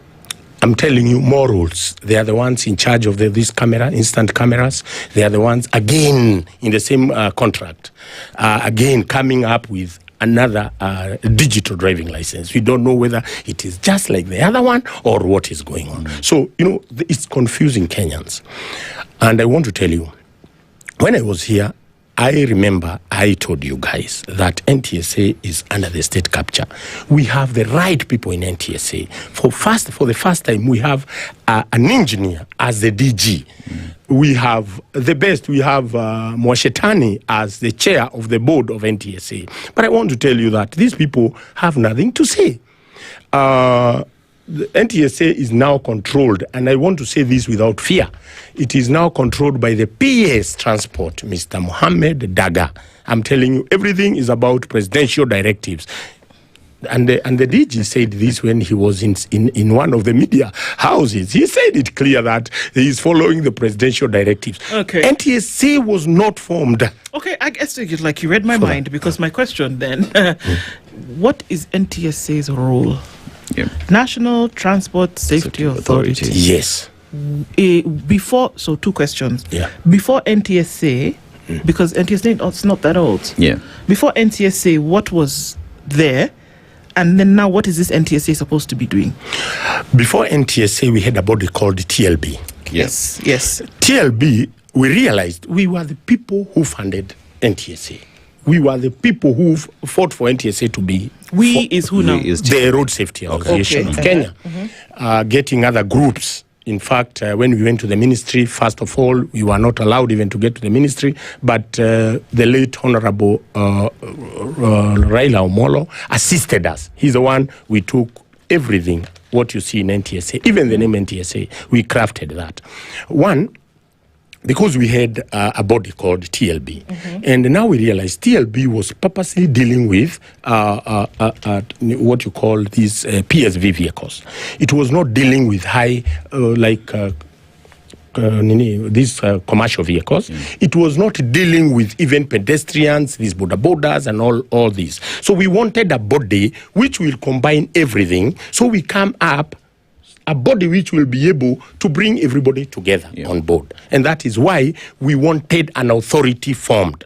And that is how NTSA was formed. In fact, if you look at our recommendation, it was very clear that NTSA, just like the way Nigeria do or Britain they do, they have such bodies, they were to have their own marshals, getting them direct from the Keganjo, because it's only in Keganjo where police are trained. Then it was, they can get these marshals, they can train them further for another 6 months for them now to be enrolled in NTSA. That was the purpose, so that NTSA would be on the road, because they implement, they bring policies. They need to see their policies implemented. They are like enforcers. You cannot say that they are not supposed to enforce. So they are still supposed to be on the road. But due to the corruption and what happened there, again, because of the same Ministry of Transport, Uhuru, when he was the president, he diverted the whole NTSA back to the Ministry of Interior. And because of the same corruptions which was going on in NTSA. And then after that, when we got the new government, this government, now it was taken back to the Ministry of Transport. with now instructions and with the new PS, Mohammed Daga. And that is where the problem is. Okay. So again, what's the role of NTSA? Okay, now, the role of NTSA, if you look at the real formation of it, it was supposed to make sure that accidents are brought down. Because by the time NTSA was being formed, the numbers were at 3,000. So it was not about just implementing and coming up with the policies. They were supposed to make sure, they were supposed to lead all agencies or everybody who deals with safety. And they were to be the one on top of everybody. So that the whatever laws, whatever, they are the ones who are supposed to be in charge. When we were bringing it, our first thinking was that they'll be there.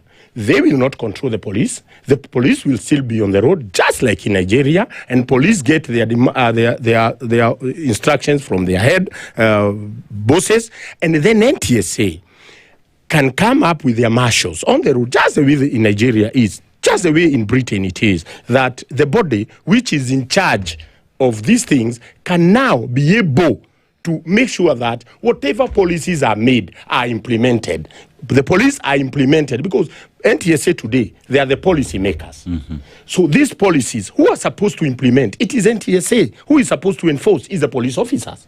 So that implementation is what we can see that it is not properly done. So it seems to me as though what NTSA is doing today, or what it was instituted to do, was already being done. And that is very possible for it to continue being done without NTSA. It was done properly because most of the things were done by KRA. If you remember, things to do with driving licenses, getting number plates, all this was coming through KRA. So everything was done. Inspection centers were manned by the police. Those times before the NTSA came in. Everything was done, but now we wanted them to bring everything together in one body, so that, because you could see driving license done by KRA, they were the ones who are giving the driving licenses. You are trained by a police, you are to be trained by the police officers, then higher from there, the inspection, you have to go to an inspection center where it was a police manning. So we brought all of them under one body. That is the authority. This is NTSA. Yes. You mentioned something that NTSA was, from the instance, supposed to get its marshals from Kiganjo, who would be police officers, and take them towards further training for them to come and now implement the policies put in place by NTSA. And you say that that changed at the time when former president, retired President Uhuru Kenyatta, moved things, right, from transport to interior. Now, today, as we speak, as we see NTSA, has it reverted to its original formation, where we have these trainings we're talking about, that the marshals that you're talking about are enshrined within NTSA to implement its policy? Or is that the point within which NTSA is failing to deliver? One thing you must understand is that when NTSA was again returned to the ministry, all these things were supposed to take place. But now, all of a sudden, something happened that I want to tell you that NTSA, they are not doing what they are supposed to do. Somebody somewhere, and that is what we call state capture. Somebody somewhere, and that's why I mentioned, which is not right, but I mentioned the name, that anything which is happening in NTSA, it is even when the board is meeting, the presidential directives, and even some. That's why we are saying we want the president to come out and be very clear that is he involved in these things. Because when we talk of, and if you see even to the public, people are talking, who is this Pesa Print? How did he come? How come that the president can all of a sudden, when there are the rules, and come and says from this time, graffitis must continue, something which was banned. So, and then from there, when the president says his word is final. So from there, you see the vehicles doing everything on the road. Nobody can touch. They're untouchable vehicles. You see, like the other day, another one, they call now Manyoka, the way they are moving, killed 5. Who talked about it? Why was nobody has ever discussed about the SACCO? We have seen SACCOs being banned. We have seen them being suspended. But why can we see, and we continue seeing, vehicles misbehaving on our roads, and nobody, not even a police officer, can stop them. Then the question is, they are behind who? Who is behind this? Who is behind because the law must be followed by every Kenyan. Okay, I'd like us to take a break and then come back. And then, based on what you've just said, let's revisit the issue when we say, with all of that taken into consideration, how then is it possible that the same body is being asked to re-register all of these vehicles? And whether it's actually possible. We've already established that it's not. So why would somebody ask them to do that? We'll come back and we'll continue with this and then see if it's actually going to be adhered to. Is everybody just going to ignore it and continue about their business? Because that seems as though that's what's going on right now. We'll come back and continue in a short bit. Dave Njoroge is here with us as the CEO of the National Safety Association, and we're going to come back and continue. Also, at some point, take a spot check and see what's going on in different parts of the country on this Saba day. Good morning at 27 minutes to 10. This is the Situation Room, the only way to start your day. Traffic.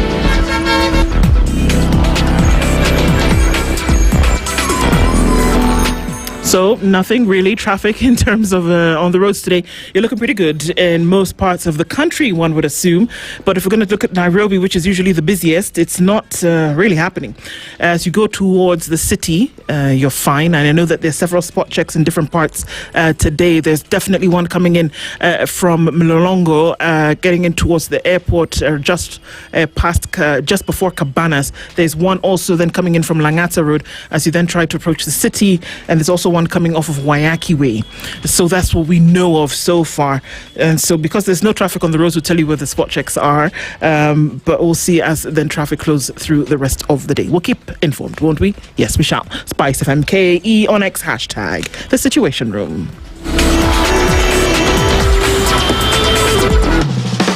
Turn up the heat with endless entertainment on Star Times. Feel every moment of the action as the biggest leagues reach their thrilling finales.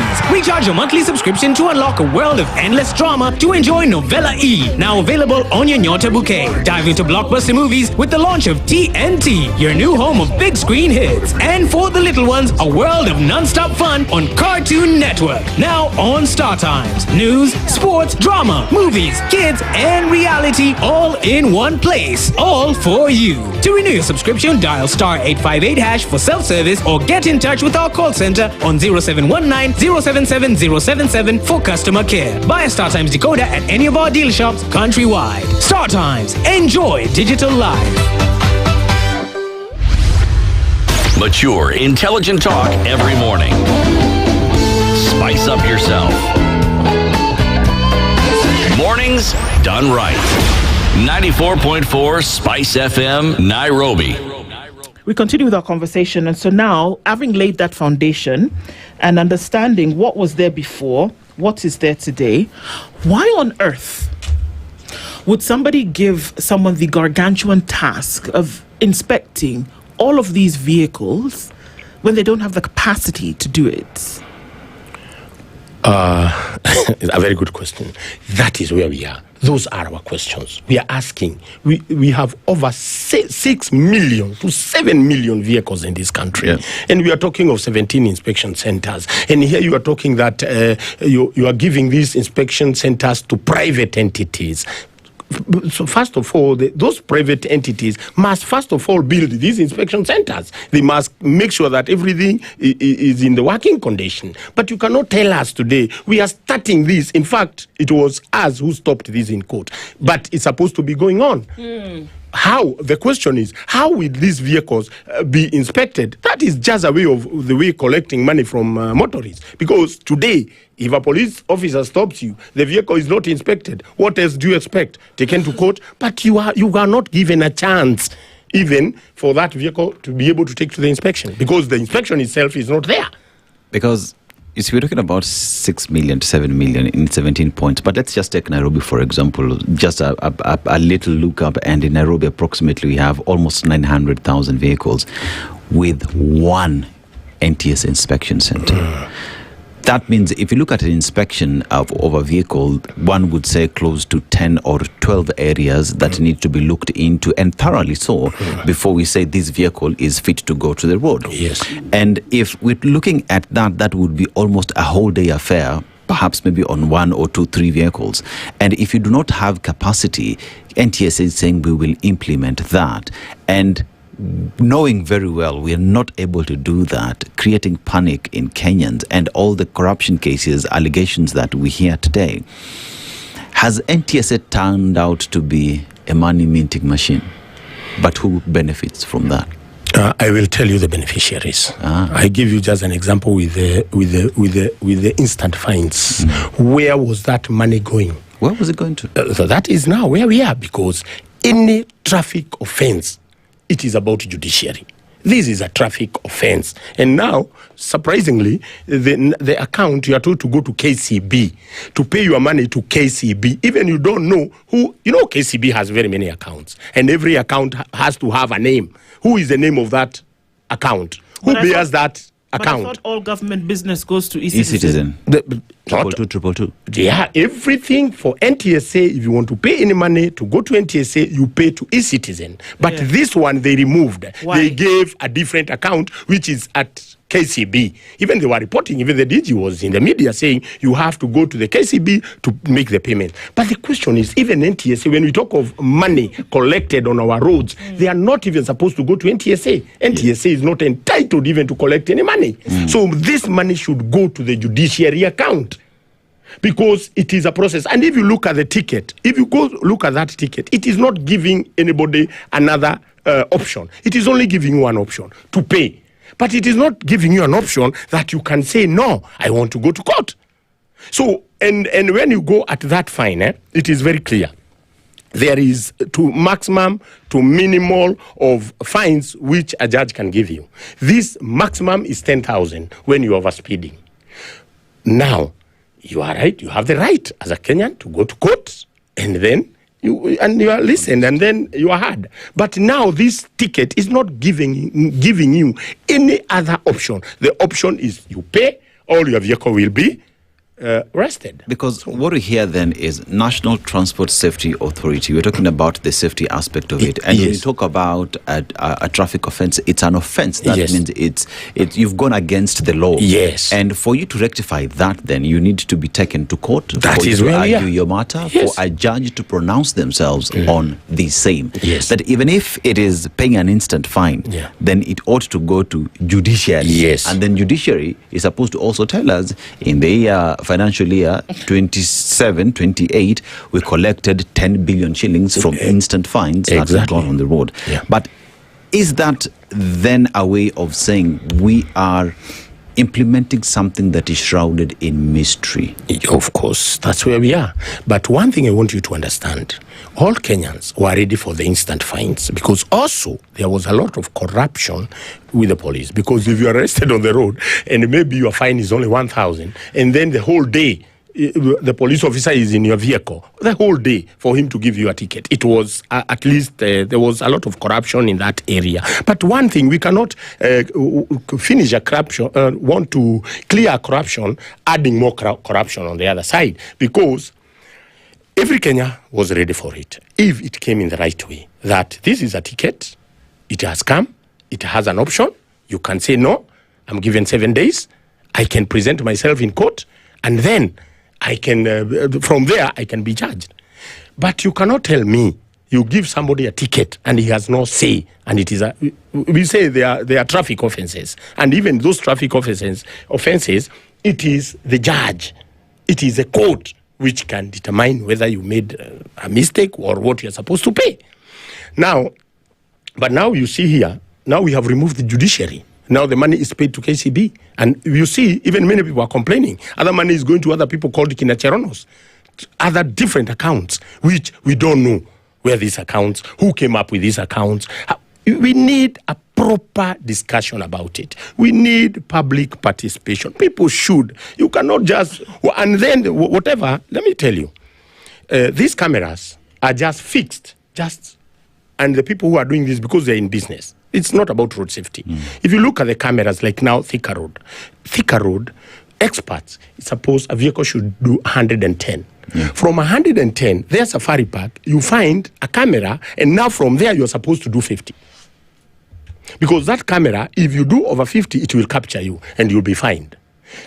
Even where you fix these cameras, Kenyans should know. It should not be something like you are doing it in a secret way. Expressway, you find a camera in an expressway. God, for God's sake. Expressway, you tell somebody to drive at 50.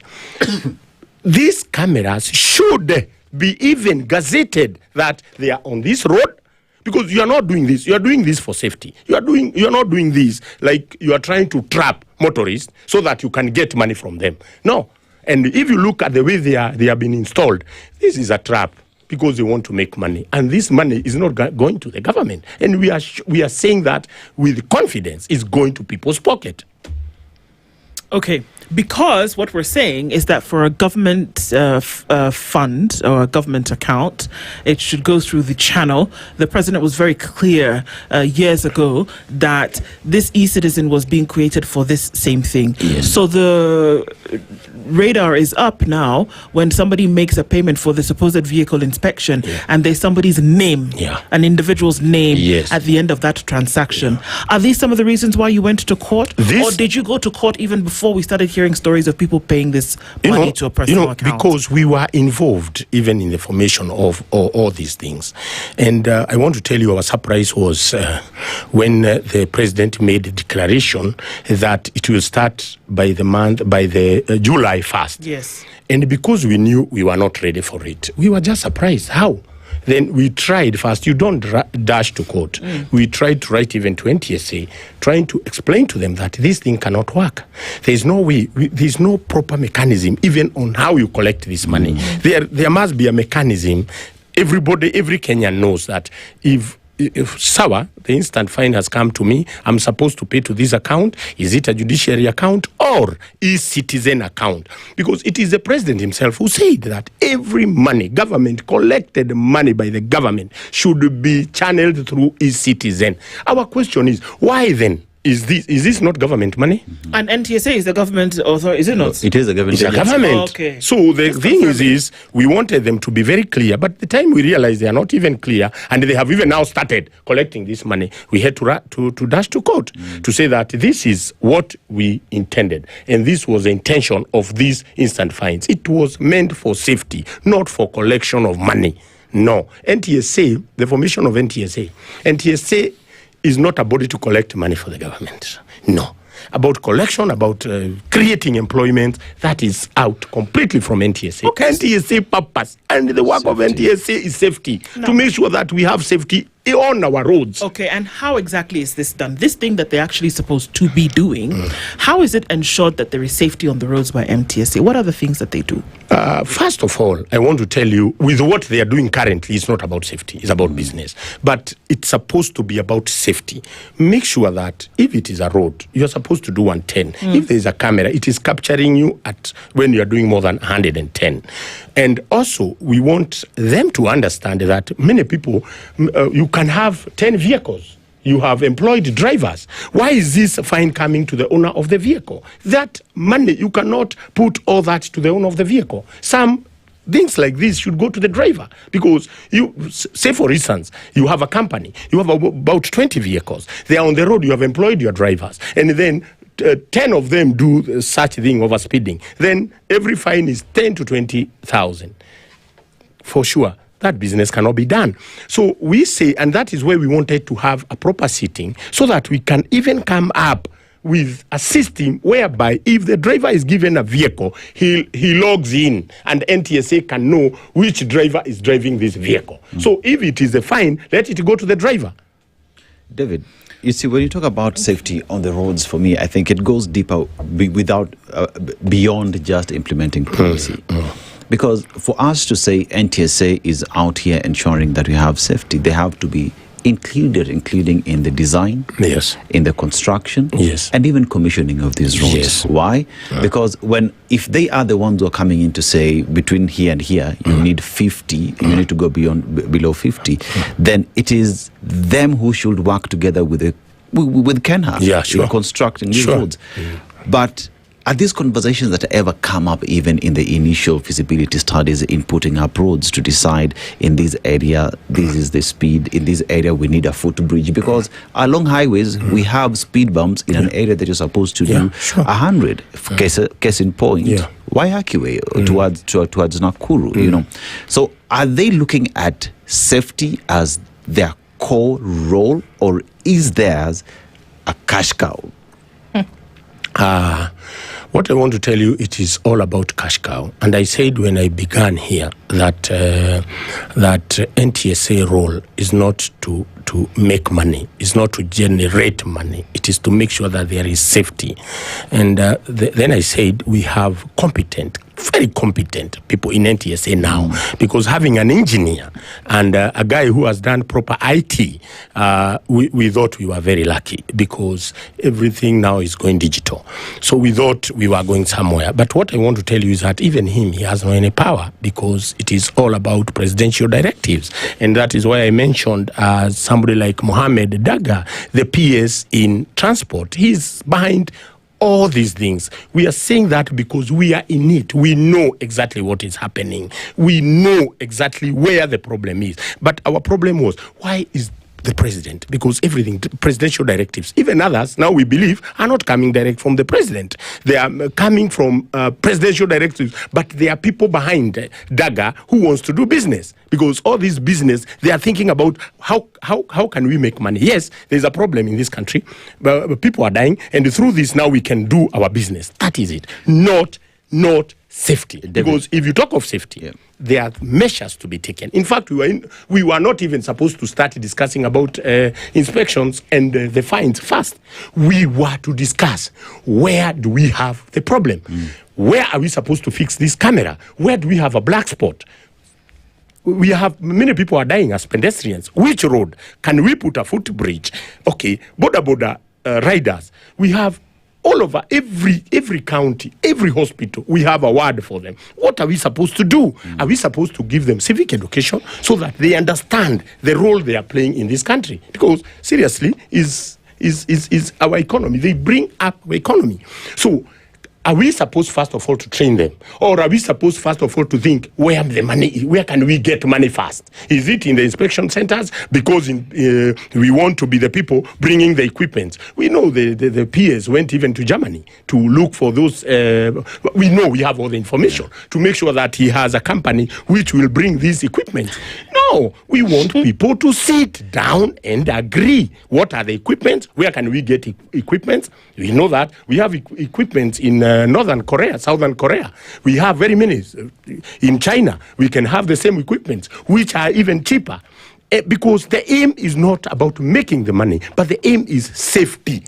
David, if you ask any Kenyan today about the NTSA, it is always about money. Yes. We don't even think about its role, yet it's written there. It is safety, you know. But even with the money that NTSA has collected, you as a stakeholder, you understand it way better. With the money that NTSA has collected, show us where that money has been invested back into the safety aspect of NTSA on our roads. Is there any that you can Sure, we have even done a letter, and we wanted, since the formation of NTSA, they can just show, we were asking, there's a lot of money collected through NTSA. Can you just show us, even a footbridge, anything, even this civic education you see, if you talk of civic education, they bring some few things, adverts there, and the thing is off. We need to have, NTSA should have a mechanism whereby people are properly educated about road safety. We should see them on the road,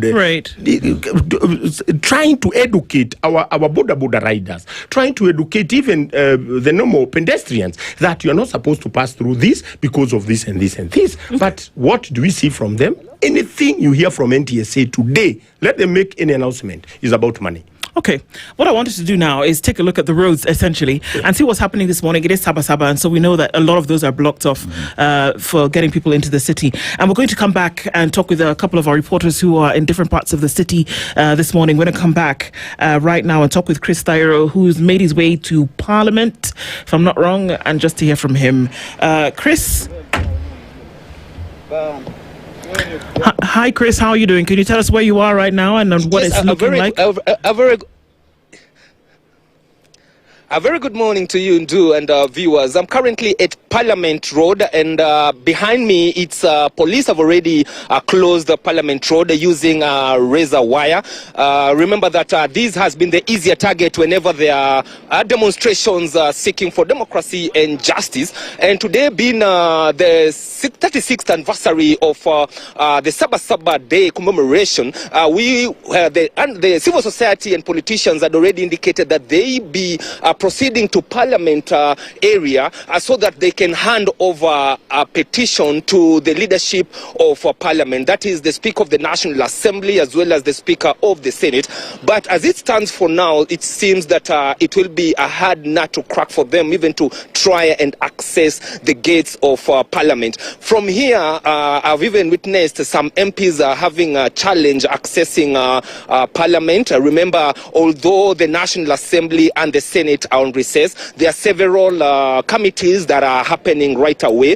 But what we've witnessed is that from all these roads, that's the Parliament Road, all the way down there, as you go to join the Health Lassie Avenue, it's been blocked, barricaded by the police. Heavy presence of police, of course. I remember that the last time when Gen Zs stormed this building, it was a historical since that this is one of the most protected areas in the country, and this is being replicated even on the other end of the road, and we'll be expecting that if they'll be coming here, then they'll be met by the full force of the law. Remember that the police have already indicated that they are not allowing any processions or any demonstrations in regards to these. So if at all they will manage to come this area, of course, we expect that the police, and these are the Red Berets, or normally known as the Fanya Fujo Uone,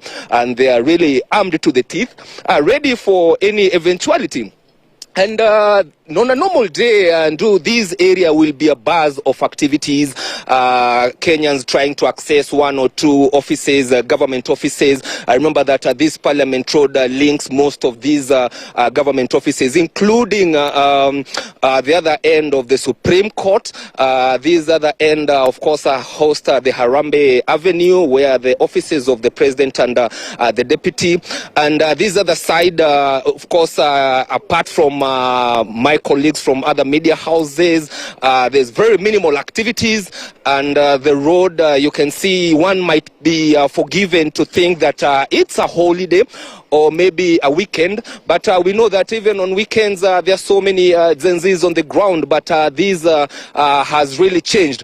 On my left, it's the Holy Family Basilica, and on a normal day you'll find worshippers streaming in and out just to pray, but that has not happened since morning. If my cameraman Cosmos can just shoot some of the activities that are happening on my right, noting that nothing much apart from one or two vehicles which have been allowed to access. And of course, before you enter the CBD, there are several stopovers that have been erected by the police.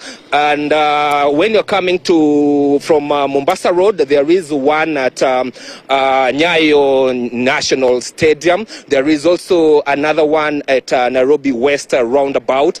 And on the far end of the town, of course, on Ngong Road, there is another one that has been erected. And of course, there was another one at Allsops for those who are using the Thika Road highway. And what we've witnessed is that police are very vigilant, and they are questioning each and every vehicle and border riders. And if they suspect that maybe you have plans to go and cause mayhem around the CBD or maybe disrupt business, then you are not allowed to access the CBD, and they have been turned away. And since that has been happening since morning, these roadblocks were erected since at around 5 a.m. Remember, this was replicated last month when the Gen Zs were marking the second anniversary. That's the June 24th when June 25th when they stormed parliament buildings, and they caused so much mayhem. And if you see what the police have now taken caution, noting that they can't allow such to happen again. And we'll be just keeping in touch here, just waiting to see whether the civil society will be allowed to come across or come near parliament buildings. And remember that the petition that they had indicated that they want to hand over to the leadership of parliament is in regards to the justice that they are seeking for, and the abductions of youths that have been happening across the country. But we doubt whether they will manage to get here. Remember the last time, that's for the 25th, they managed to lay some wreath there, just in commemoration of the youths who were fatally shot here during the June 25th demonstrations that saw Gen Zs storm parliament. And remember, these might be just the Saba Day, remembering or commemorating the fight for multi-party democracy in the country that started in 1990. And of course, spearheaded by the late Kenneth Matiba, Charles Rubia, and Jaramogi Oginga Odinga. And the three were arrested even before the 1990 July 7th. And the reason why it's called 7/7 is it coincides with the day, the 7th day of July. July being the 7th month, and it was in 1990. And of course, we'll be just waiting to see whether these Gen Zs or the civil societies will come out and demand for what they've been pushing for. And one of the issues that they've been pushing is the stop of abductions. And initially I was at Nairobi West roundabout where police are still erected that roadblock, and they're still very vigilant, ensuring that no vehicles really pass that roadblock. And so Nduh will be camping here just to see whether the civil society and of course politicians, the only remaining politicians during those days, remember, is Siaya Governor James Orengo and the former member of parliament for Menti, that is Gitobui Manyara, who have been on the forefront up to now, pushing for democracy and the multi-party, and of course the right for the civil society just to be heard, and their right to be heard. And so Nduh, that is a police vehicle, and they've been patrolling the CBD. And what I've also noticed is that most shops have also closed. I don't know whether it's because of the tension, but most shopkeepers have just decided to stay away from the CBD, although they've spotted one or two shops and some hawkers just trying to make a living. All right, that's Chris Thyro, who is in the middle of the city, of course, giving us an update of what's going on with that. Want to say thank you very much, David, of course, we've come to the top of it, for joining us in the conversation this morning. And of course, we're looking forward to more about this, because it's still a bit of a confusing tip for a lot of people. Asante Sana. David Njoroge has been here with us this morning. And of course, it is Saba Day. Whatever it is that you do out there today, please remain safe. We'll continue with these conversations as we go on. Good morning, everybody. It's 10 a.m.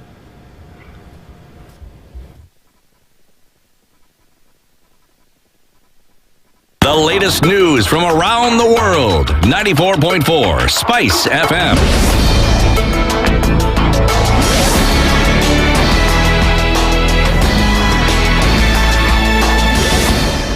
Good morning. This is the news. I'm Sheila Timbor.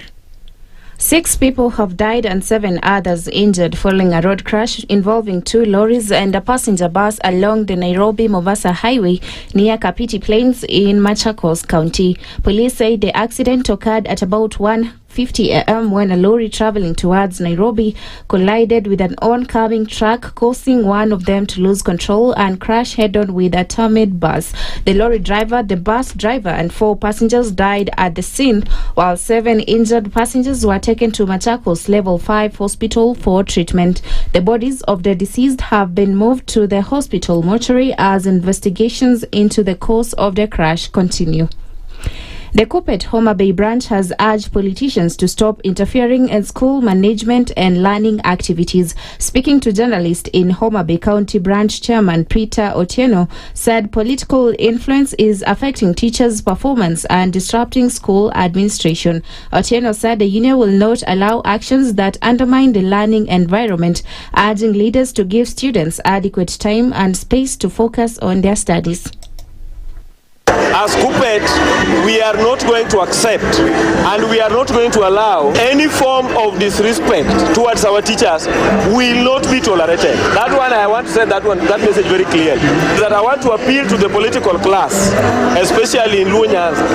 I want to appeal to us to embrace unity. I want to appeal to the political class to tone down on divisive rhetorics so that we can create a good environment for our children and for the schools to prosper in education. It is too early to engage in violence. Engaging in violence is sending the wrong message. I want to appeal to us that we need to partner. Let us partner so that our children can enjoy a good environment for them to succeed in terms of their education. Still matters education. More than 980,000 Form 4 leavers who qualified for placement will know their universities and colleges on Wednesday when COPS releases the 2026 placement results. Education CS Julius Ogamba is expected to announce the outcome of the exercise, which will determine placements in universities, TVET institutions and other colleges. COPS says placement will be based on merit, student course choices, KCC performance and available spaces. Candidates will access their results through the COPS portal using the KCSE index number. The placement comes as 268,700 candidates attained the minimum C+ grade required for university admission. COPS says available slots in universities and TVET institutions are sufficient to accommodate qualified applicants.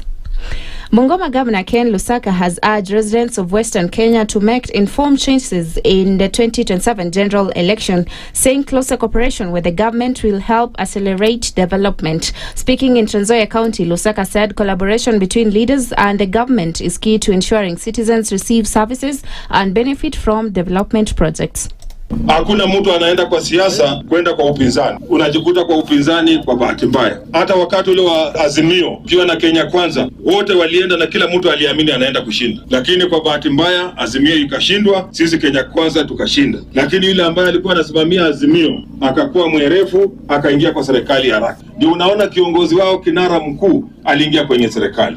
Ndio unaona tunasema kwamba Mheshimiwa William Samoei Ruto, tunajua mirengo itatokea mingi, lakini haki ya Mungu amejipanga atafaulu na sisi tutabadilisha sura ya huko. And the Kenya Met Department has forecast rainfall in at least 35 counties between 7th July and 13th July, with cool and cloudy conditions, afternoon showers and thunderstorms expected in several areas. Counties likely to receive rainfall include Nairobi, Bungoma, Kakamega, Vihiga, Baringo, parts of Western Kenya, the Rift Valley, Central Kenya, the coast and parts of the northeastern region. KMD says some areas will experience temperatures above 30 degrees Celsius, while parts of Central Kenya and Nairobi may record night temperatures below 10 degrees. The department has also warned of strong winds in coastal and northern counties including Kilifi, Lamu, Mombasa, Turkana and Marsabit. And that's the news. I'm Sheila Tembur.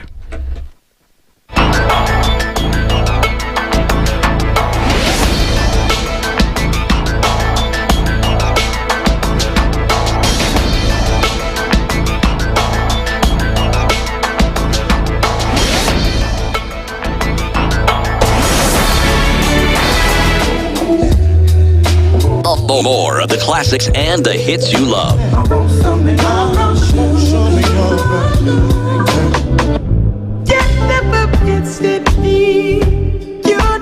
Neo Soul. You don't really rock with me. You just want me spend my change. Neo Soul.